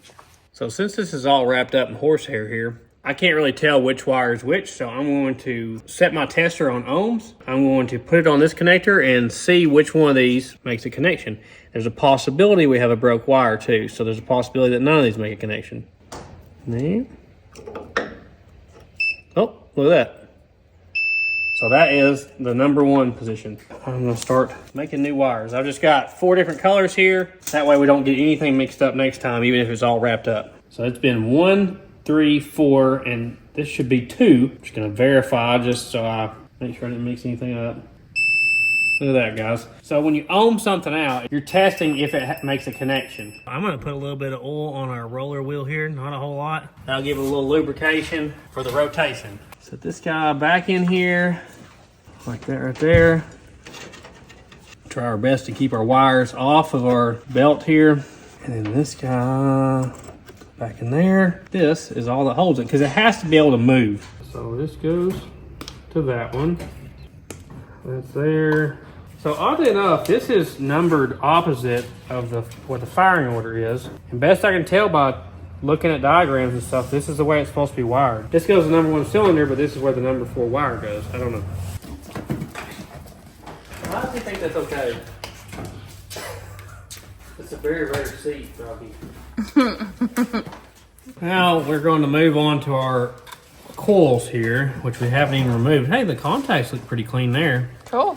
So best I can tell, the way this works is it gets a power source to the bottom of the box here. And this is your ground signal from your distributor, computator, whatever it's called. And this sends spark out to your spark plug. So I want to pull them out and try to test them here. They're not all the same. You see the difference in the circle here? There's different sizes. Oh, I didn't see that. Look at the electrical contacts down in that box. Wow. So look, that's your power coming in. This is out to your spark plugs, and that's your ground signal. Should we want to brush those? Yeah, you should probably clean them up, yeah. Look, it has like a set of contacts there. You probably should sand that, I would think. But when these things are working correctly, they're sitting here buzzing the whole time. And I don't know how it works as far as how it gets the timing correctly, but I guess it does. Are any of these got stuck contacts? That one don't. We got 5 here. I'm gonna try to get 4 that work. This is like comical though. Isn't it comical? That's hilarious. That these even still exist. I mean, some of these say Ford on them still. These are like originals. This one right here says Ford on it.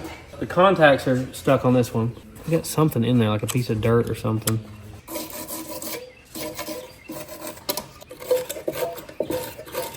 Rocky, there's nothing in there. That's so crazy they're wood.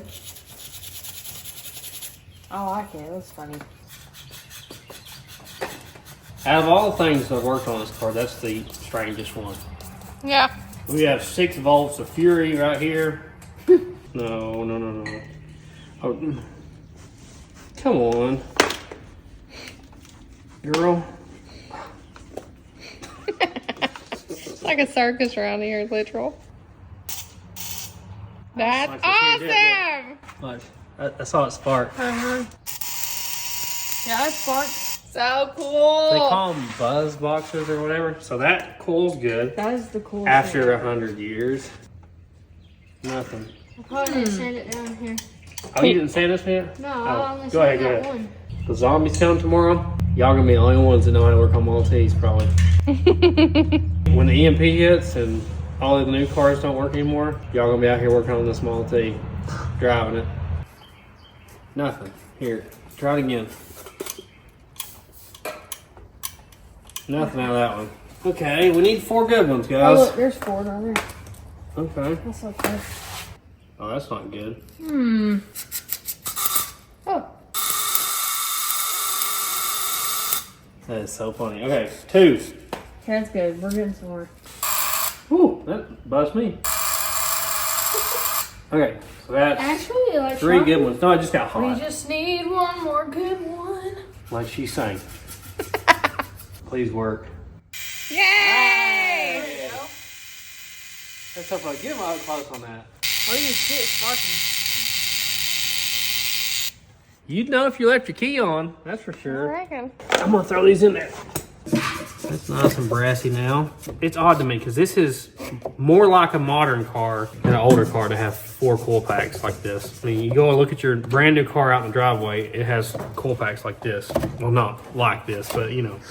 Not wooden one. It doesn't have a single coil like most cars did after this point. Try one more time. Let me flick this thing. Hey! We got a backup. Okay, we'll put that one in the trunk. All of our plug wires are ohming out about 4 ohms, so they all have the same kind of reading. I don't know if that's good or bad, but it's even. We're gonna do something we probably should have done earlier in the day, which is drain the oil. So the transmission and engine apparently shares the same oil. And I guess it's got a wet clutch as well because your clutch is in here. So this is your drain plug. This is your low level. This like petcock thing here, and this is your high level. So with this guy open, when it starts dripping out of here, you know that it's full. And if it drips out of here, you know you got enough to get home with. You can turn that, it's not wanting to turn. So I'm gonna leave both of them open for now. I'm gonna say it looks pretty nasty in here. About every car this kind of age I've ever drained looked pretty bad. Ooh, that's completely loose. All right. Ooh, hey, it's thinner than I thought. It looks red from over here. Yeah, that doesn't even look right, does it? Remember in the carburetor it Oh, it had that red, didn't it? I wonder if somebody's put marble. I don't know, maybe. There's not much in there, was there? It was just a paint. Yeah, just a paint, Lord. as Marge says. What are we doing here, guys? Check your rear end. Exactly, you gotta check your rear end, guys. I've been trying to tell y'all, we made shirts about it. Y'all still ain't doing it enough. Oh, She fell. our rear end is just fine. That one's the easiest one to check I've ever seen. It's like right at the back. I'm telling you what, this is a jewel. I'm loving this car more and more. There's been so many things that actually work that I didn't think would work. It's simple. We need to take that battery cable end off. Oh okay? my gosh. You Look forgot how about it bad that is. Why is It this ripped- that you didn't see it? corroded? No, what It ripped the top out of the battery. You need to fix that. That is ridiculous. You're so dirty today. Yeah, well, it was mostly that, honestly. It was hard work, wasn't it? Yeah. Got that tight. That is the thinnest drain plug I've ever seen. Alright, I guess we're putting oil in it. I'm going to leave the radiator off until we know whether it's going to run or not. We really need to flush the block and the radiator out if we're going to use it. We got some 1540 diesel oil here. Where is the drip? There's two little petcock things on the side of the transmission. Oh, well, I see them. Are they like little, like, twisty doos? Twisty doos. Yep, that's it. There's one right above the other. The bottom one should start leaking first, and then we'll close it and fill it up till the top one starts leaking. Okay. I have no idea how much oil this thing holds. And as big as that pan looks, it looks like it holds a lot, doesn't it? Yeah.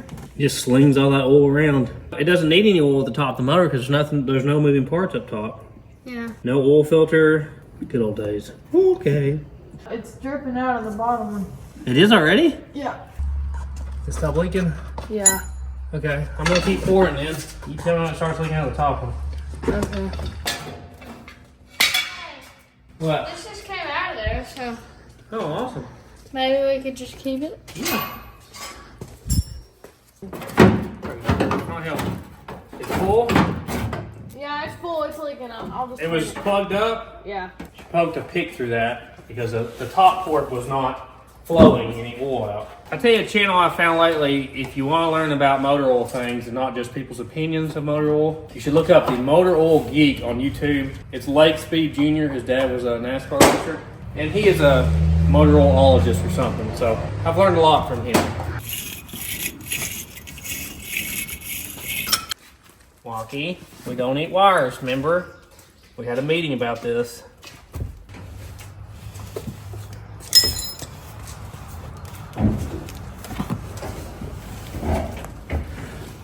If I've got this correct, this being in the vertical position like this is in neutral without the parking brake. You pull it all the way back for parking brake in neutral to start it. And then if you want to go into high gear, you go all the way forward. So right there, we should be able to roll this thing back out of its nasty puddle. Hey, it rolls. It was way harder than that, wasn't it? Oh, that killed us trying to get it in here. You got brakes? I don't know. Well, you might want to slow up. Parking brake, supposedly. Does it still roll?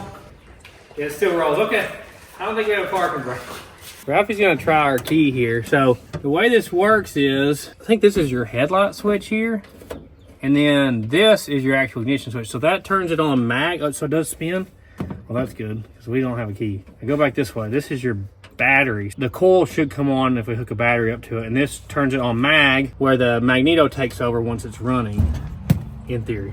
Me and Marge had to buy this last week because I didn't have a 6-volt battery that would fit in this box. Man, that feels like it's going to fall out to the floor, doesn't it?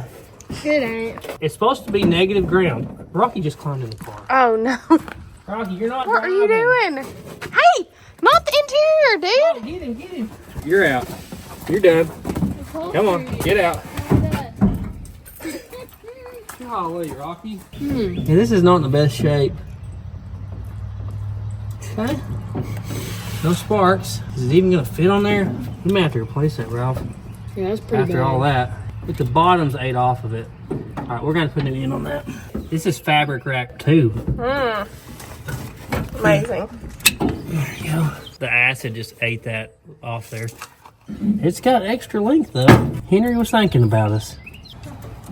Look at that. Look how fragile that coating is. It just crumbled off there. The copper's still in good shape though. Thank you, Walt. Why do you think they put the battery in the back? I guess because the engine bay on these is so tiny if you think about it. Yeah. Like there's not room like a more modern car would have. Got this heavy duty battery cable in here because this is a big wire. Go on there. You little booger. Installed. Please work. What is that? It's got to warm up, don't it? Does it got to warm horn. up? I figured it said Ooga. Oh, That's man. great. Okay, that's working. You scared the donkeys. We should probably start it first on the electric, just so we don't kill ourselves. And then if it does run, we can try it with the crank. We'll see. All right, so let's see if I turn the battery on. Well, first, let's see if the headlights work. We have one. Hey, that's enough for me. It put up dust in there. Oh, cool. I don't know what it did, but it did that. All right, let's see if this works. That's our coils. Yeah. Oh my gosh, that's so stinking awesome. Okay. All right, we need to get some So fuel. excited. I'm so excited. I'm gonna cut this line, this metal line, because we don't have a fuel shut off. And I actually don't have a fuel shut off valve here. I thought I did, but I got an idea for shutting it off because it's been dripping ever since we put a line on it from the lacquer thinner. Oh, Granny. We're gonna put a rubber hose in here and we'll kink it off when we don't want fuel to the carburetor. So we'll hook this guy on there. The Model T purists are freaking out right now. That was a good fuel line. We got this guy from back when I worked in the body shop. What the heck? It's made to pinch lines off like that. That's So right there, it's letting it flow, but if you crank it, it puts it down. It's a painter. Why do you use that? Like we would unhook transmission lines and stuff from the radiator and use that. These are so much better than gas cans you buy. Yes. You putting all of it in it? Yeah, why not? Might as well figure it out right now, huh? Only the best 87 octane. It'd probably run on like 75 octane with this compression ratio. If it doesn't run, how we get the gas out of it? It just drain right out that hose right there. Oh, that's one. Hold this all the way there. We're not going to turn the ignition on yet. So you choke it. I'm guessing that this is like the Model A and I've got to unscrew this like a turn or something. That's one turn. I'll give it like a turn and a half out. Now I'm going to crank it over like 3 or 4 revolutions to get some fuel up into the cylinders. That's probably the coolest feature this thing has. Crank. Yeah. Okay. I guess it's time to try it, guys.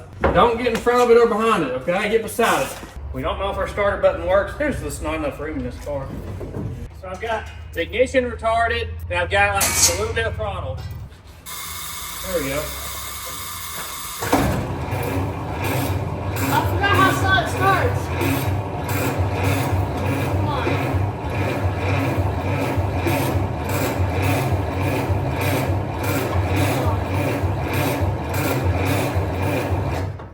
Okay, well, we have a working starter at least. Woo! I forgot how slow they started.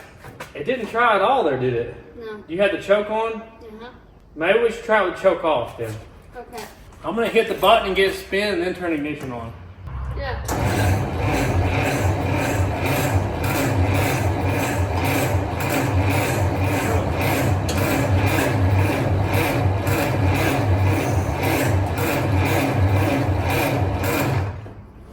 Okay.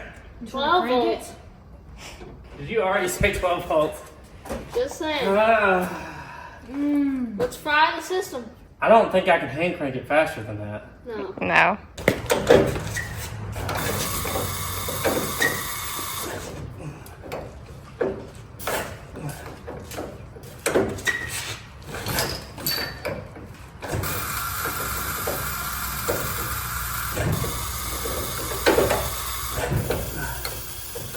You hear it in, it's gonna go every time. Man, that's gonna wear me out. That's crazy.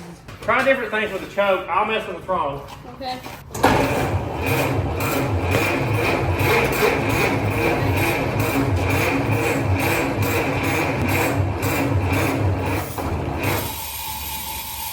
It was kind of better. Yeah. That was like almost full choke. When did it try to kick off just barely there? Almost full choke. Full choke? Let's get a battery charger on it. I've never even charged that battery. It's just however it came from the store. Look, I found the thrown rod cap. You can see the babbitt's all thrown out of there. I actually looked up a video last night and they have to like pour this into it in a mold. Like I was saying, you can't just snap new bearings in it. You have to pour bearings into it. All right, we got a 6-volt charger here. I'm very tempted as well to switch over to 12 volts very soon. If it doesn't start up here, that's what we're doing. It says it's pretty charged. Well, let's sit there a second. Not working. No, that's not helping. It's just spark plugs with it. Well, let's try and see if we have spark here. How about that? Yeah. spark. Hey, it was sparking that whole time. Oh, really? Yeah. Okay, well, we got spark.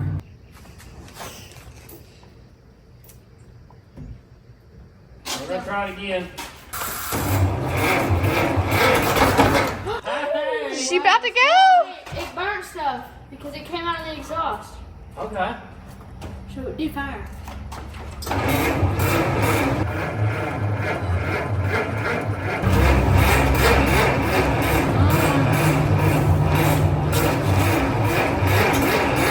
Come on, girl.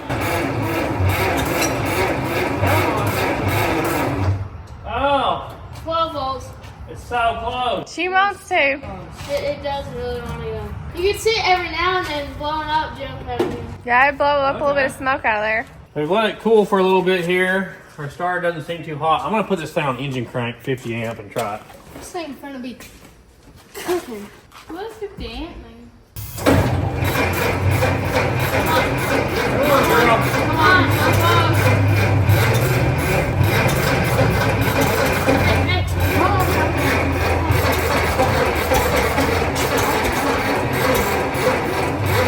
Need more air out, cut off the choke maybe? That's close. That was really That was really close. Let it cool off a minute again. I wonder if we like pulled it off with something or put 12 volts to it. Let's do 12. Let's just go ahead and do it. Ralphie taught me into it. At 12 volts, get there every time. Maybe this will make a difference here.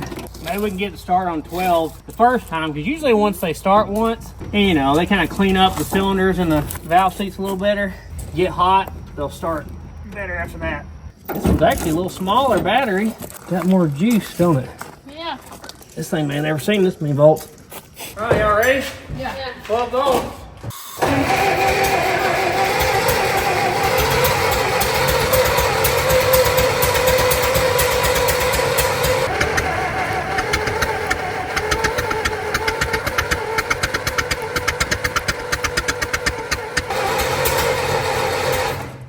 No smoking. I think it's just, no. This thing's off? Yeah, it's already. She's chooching. What were you doing with the choke? Like barely on it, kind of. Did Hey, you try different things? Yeah, I did.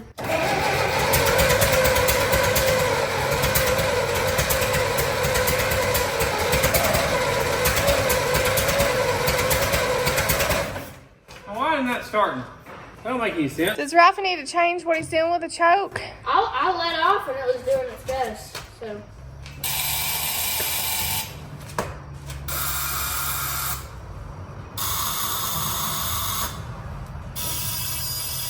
All them coils are going. What's up?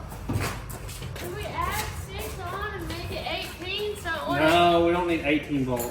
Oh, no. It's spinning plenty fast enough to start. Did I wire something up wrong? I thought I had it correct. Let me recheck that. So I've been looking over it a while. I think I may have the firing order wrong, although I put it back the way it was. And it looks like this is like coil number 4. So like this plug wire would go to here instead of here, but this plug wire won't even reach there. And I've seen some pictures where the plug wires are set up that way, and then I've seen some that are set up this way. I'm thinking that we may have firing order wrong, but another thing I noticed, I didn't play with the timing because they say to retard the timing all the way up, but look at how bent this rod is. Look how much movement that has. Oh, wow. So I want to straighten this rod out a little more. Maybe that would help something, and kind of mess with the ignition timing. Maybe that'll help. So let's try that before I go changing around this, because I'm not 100% sure. I kind of like to leave it the way it was because in theory it ran like this.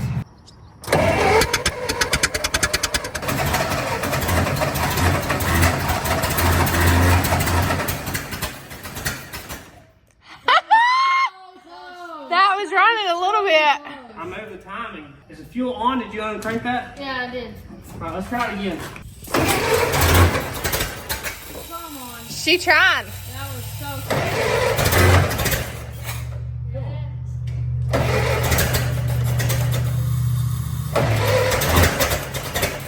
You didn't give it fuel from out here?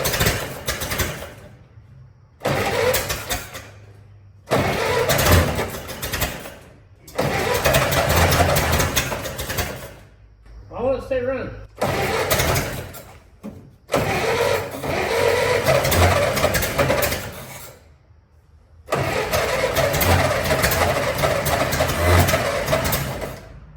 It won't stay running. Let me try the firing order change.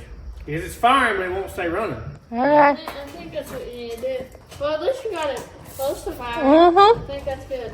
So this is the way they say to do it here. But once I start tracing it down, the red one, it should be cylinder number 3. Red goes up to number 3, and it goes straight out to number 3. So this is the confusing part, is they have it set up where like, this is coil number 4, and this wire should go to there. But ours is not set up that way. So we do have the right firing order based on their chart. Only difference is we've got the coil switch around their numbers. Like this should be coil 1, 2, 3, 4, when actually we have it set up as coil 1, 2, 3, 4. The opposite way. Once I looked at it, we actually have it right. So why won't she start, guys? Is it fuel issues? Because it tries to fire and then it won't stay running. I just don't know what she wants. So you're saying it does the best when it's not choked, right? Yeah. I mean, is this rod bent so much that it's way off on the ignition timing? But you moved that from the inside of the car, right? Yeah, I moved it back and forth quite a lot. But Okay. this rod is like completely bowed. Yeah. I feel like it should be more straight, but I could be wrong. Okay, go in there and move the timing on the steering column. Move it all the way up. That is with the ignition retarded for starting it. Now pull it down. That's advanced. And that seems to be where it likes running the best. It being bowed, that should help us then. It gives us more timing. Maybe it needs even more timing, huh? Who knows? Like, this has probably been homemade and everything. Let's try it there.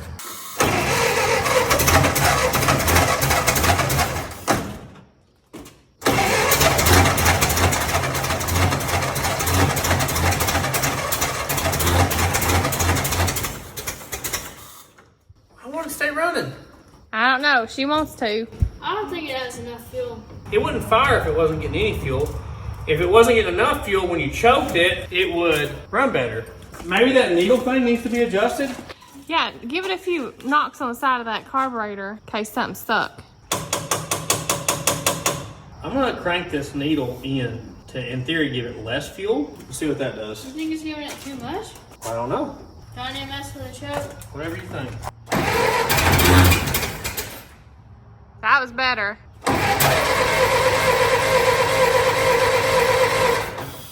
That's not even trying. We tried ignition timing. We tried fuel things. It seemed to run better before I made that fuel adjustment, didn't it? Maybe do it the opposite way. Give it more fuel. We were at 1.5, 2, 2.5. Yeah. Try that.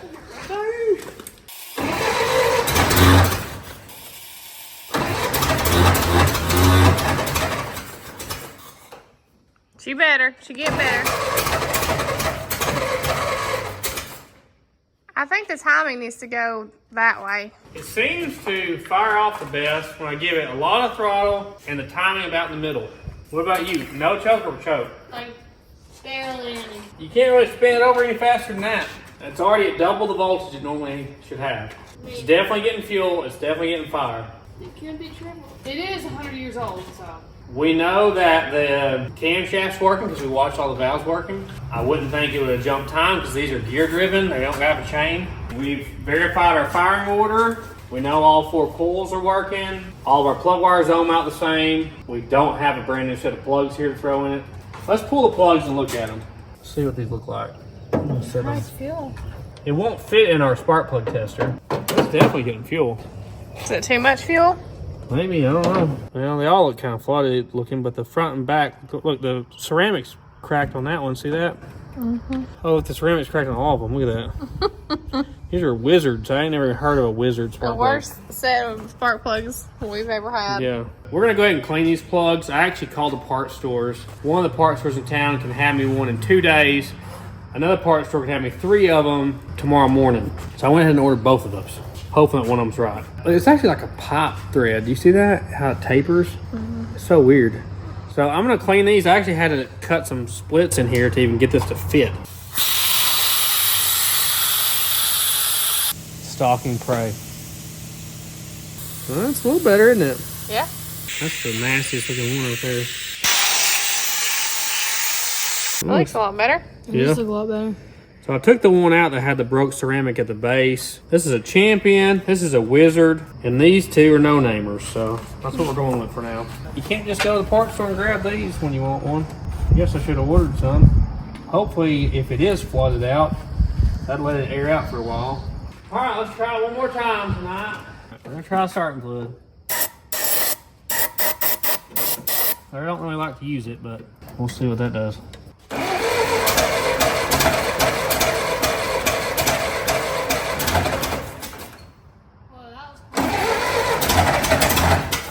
She close. I want to stay running. Give her a little more start flip.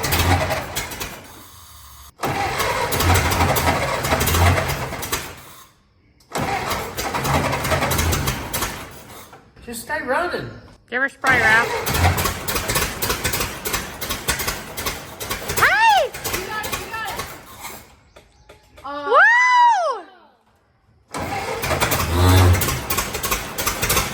What does it want? What does it want? I think it needs more fuel. Yeah, I think it needs refuel. Unscrew that thing. See, she wanting to run. That's what I'm talking about. That's the best we've done.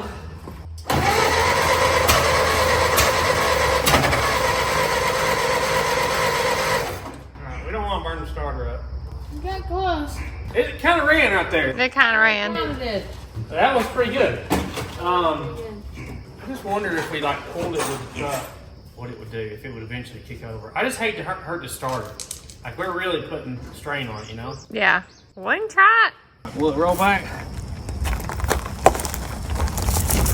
The brakes work, Ralph? Oh yeah, the brakes work great. Okay, well, it's not turning anymore. Yeah, it is. It's turning the opposite direction. What in the world? Did you see that? Yeah. What just happened? Is that normal? No, it's, look what's happening. Look at the steering arm. It's coming over the top, and then it's starting to turn the wheels the opposite direction you're wanting to turn them. Okay, so, you notice.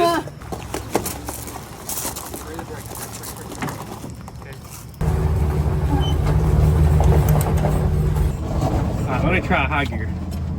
Do we need an ignition? I'll turn the ignition on. Yeah. Hold on.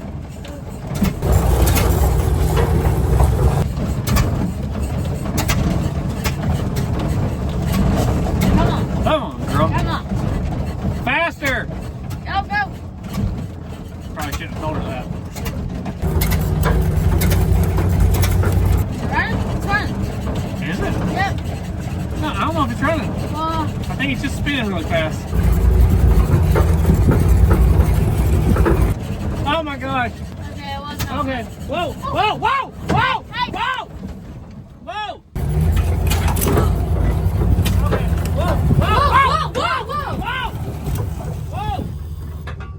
Okay. The steering went the wrong way. Oh, I forgot about it. Okay.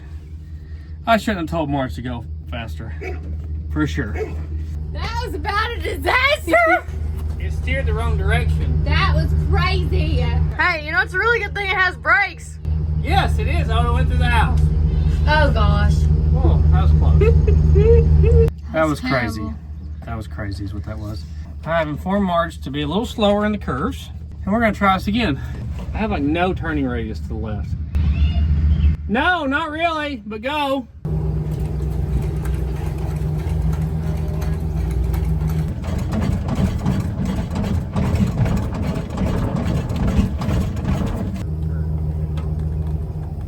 I can't turn. This ain't gonna work. That's as far as it'll turn to the left. That's insane. You can go quick straight, but then you gotta slow down. Come on. Come on, girl.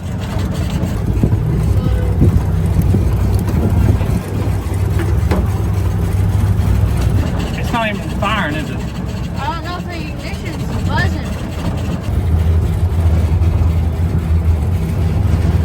Okay, stop. Okay. It really has good brakes. Wow. Guys, this ain't gonna work, I don't think. It's not looking good. We'll try it one more time back towards the shop. Woo. Ah. Lord in heaven. Here we go. Okay, come on. Come on, girl. Run.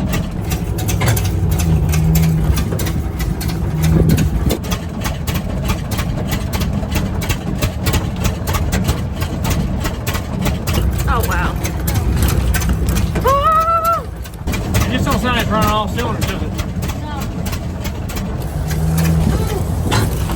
No. Oh, wow. I saw some sparks right there. We We should have never asked her to drive the truck. Oh, that really crazy. You jerked everybody's head off about 4 times during that. Sorry. I had my arm out the window trying to get her to go, and then you jerked me.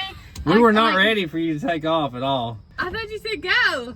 And I saw Squeeze's feet once instead of her head in the back of the truck. I did see that. She stopped out of nowhere, and I just went back. Oh my gosh. That Well, was great. it's about a thunderstorm here, and I don't think this thing's going to run today, so I guess we're going to wait on new spark plugs.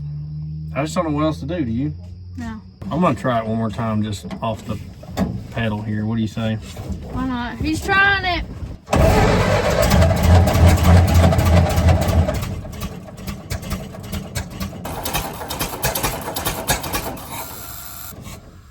That's so close, but that ain't it though, is it? I just think it's not running at all. This third one doesn't spark as much as the other one sparked. Mom ain't seen what happened, really. Yeah, you're starting to go quick. Try to get that thing Me cranked and him over. are panicking already. Yeah.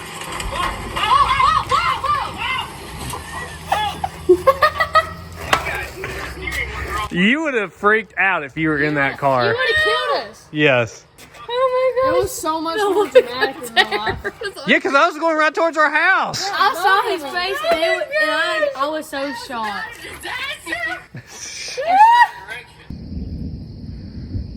It's thunder. We will see you guys when we get the spark plugs, and we'll give it one more try. We're not giving up yet. What? Black Hawk down tonight. These are Cuban.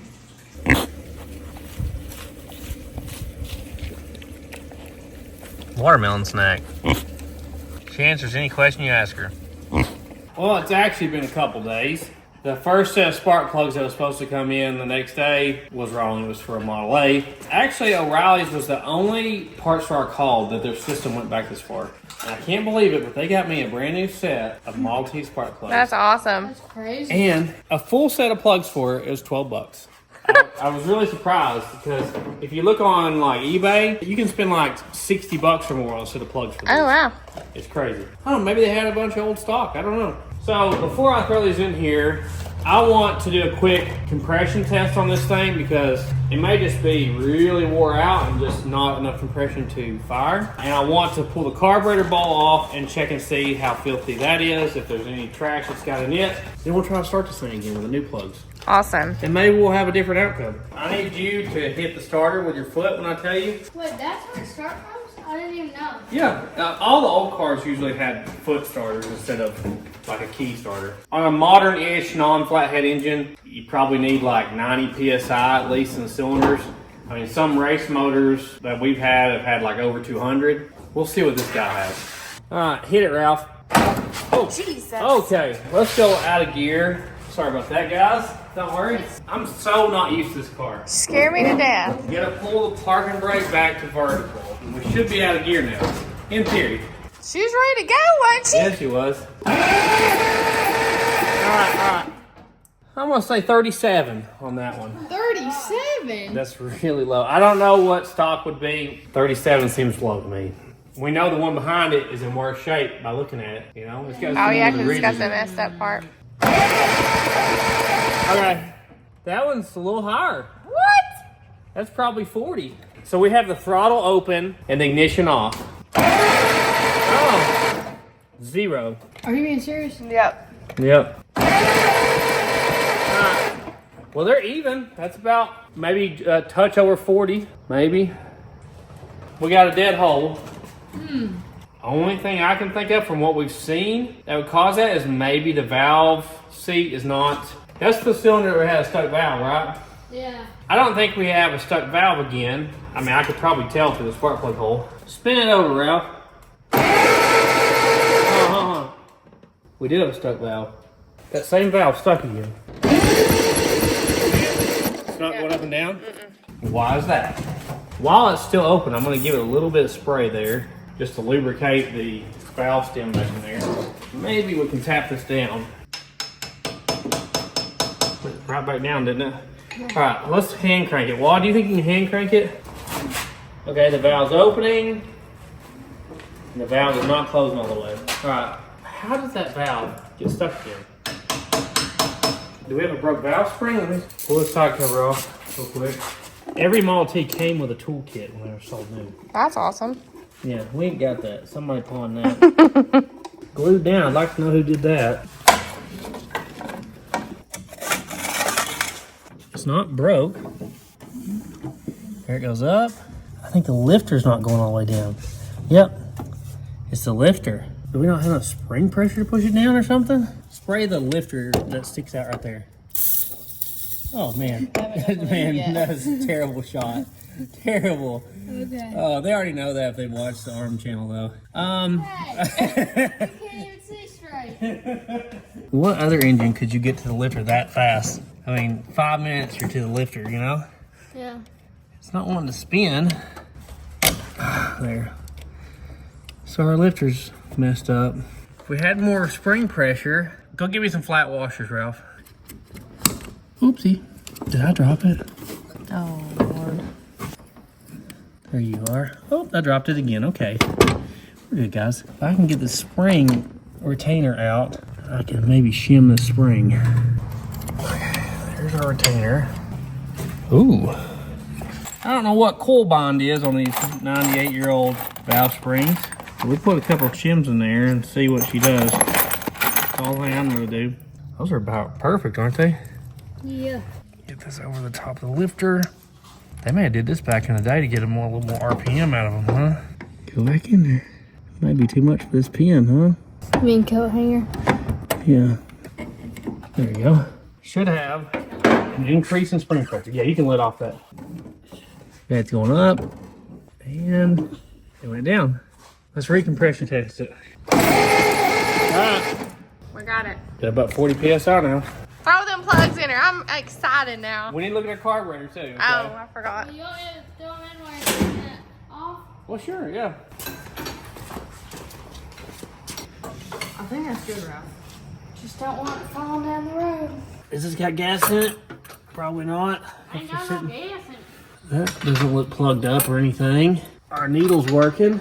Well, I mean, there's a small amount in there, but I mean, nothing major. You don't see anything there stopping us. Get some carb cleaner, we'll spray that jet out real quick. Got that back together. Nothing seems to be amiss there.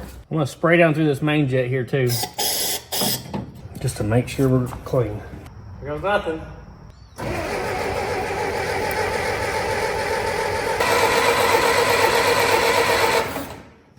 Nothing. What's up with that? Hey, the lifter was moving though.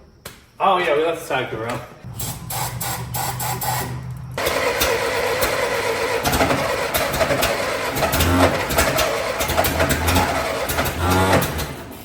Come on, don't do it again. Do I need to spray it again? No, let's just see what it does on gas.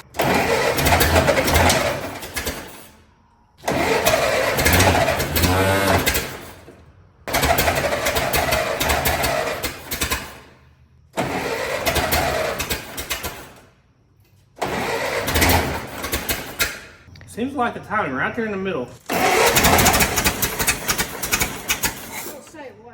That was Come on, girl. Just stay running. Let me try something here. Wow. Smart. Gasoline and spray bottle. I would normally get something and just pour it down the carburetor, but you really can't because it's an updraft system. We got the throttle about halfway, and we got the timing about in the middle, which is where it seems to try to start.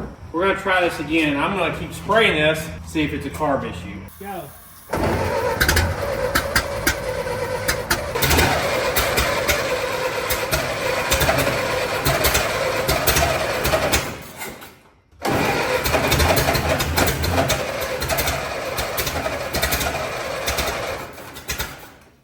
Must not be a fuel issue then. I really thought it was gonna start there. I really did. After seeing that valve stuck and getting compression back and getting new plugs, I thought for sure it's gonna start this time. And then the carburetor thing, we have everything we need to make it run. Let me adjust on this carburetor. This top deal here that goes right down through the main jet, I'm gonna back it open a little bit more to give it more fuel, which I don't think is our issue. I'll try it one more time, guys. That's gonna be it.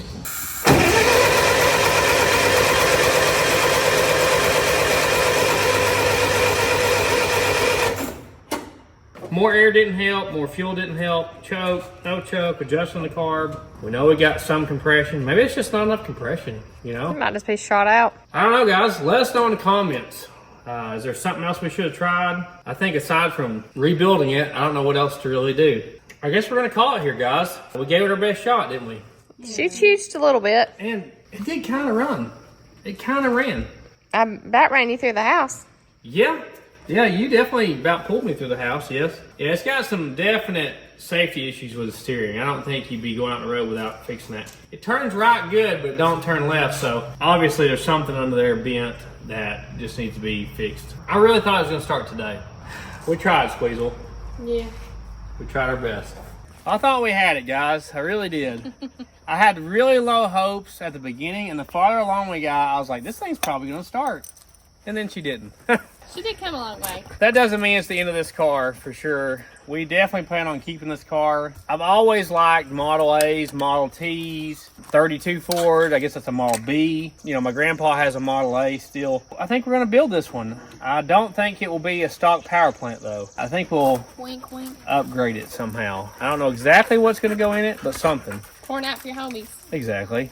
But you can check out our merchandise at thesleeperdude.com. That's the only place available to get our merchandise, or you can buy it down below. Future events we're going to, we are planning on going to Power Tour, which is in just a couple days from when this video comes out. We're planning on being at Bowling Green, Kentucky and Lebanon, Tennessee if the vehicle we're driving makes it. And as of right now, I don't even know what we're taking. We're also planning on being at Ford Fest at Beach Bend Park in Bowling Green, Kentucky in September. And as of right now, that's all I know we're going to. Are you guys happy we got the car?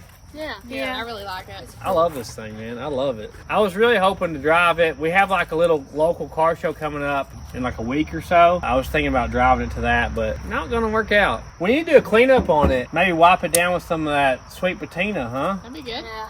Or you want one? There you go.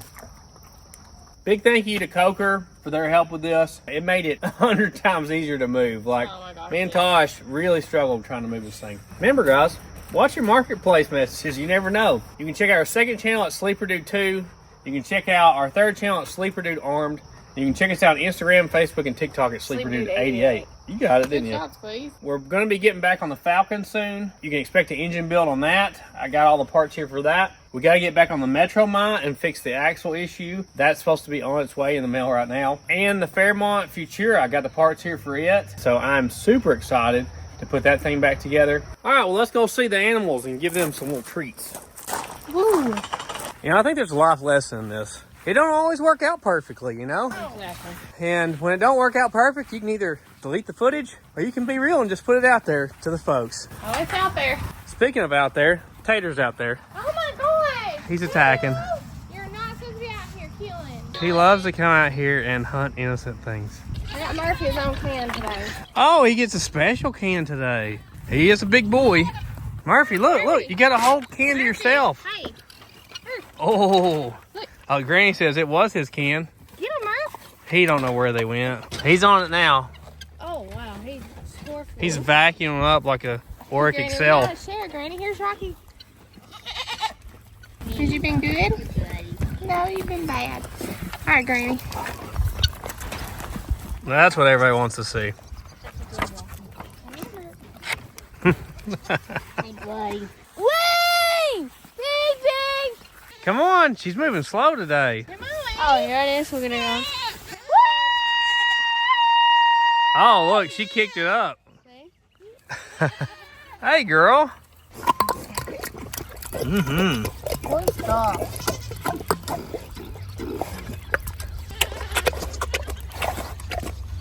Anybody's wondering, Tasha's gonna start breeding mini pigs. She got this one right here.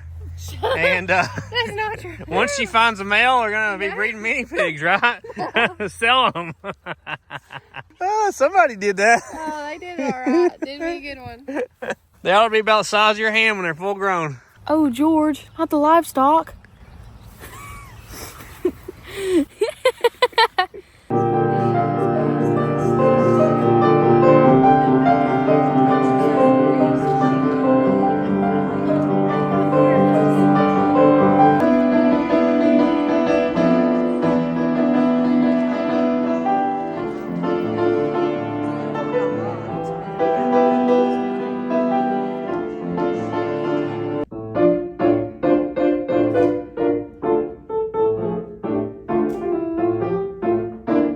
Bye.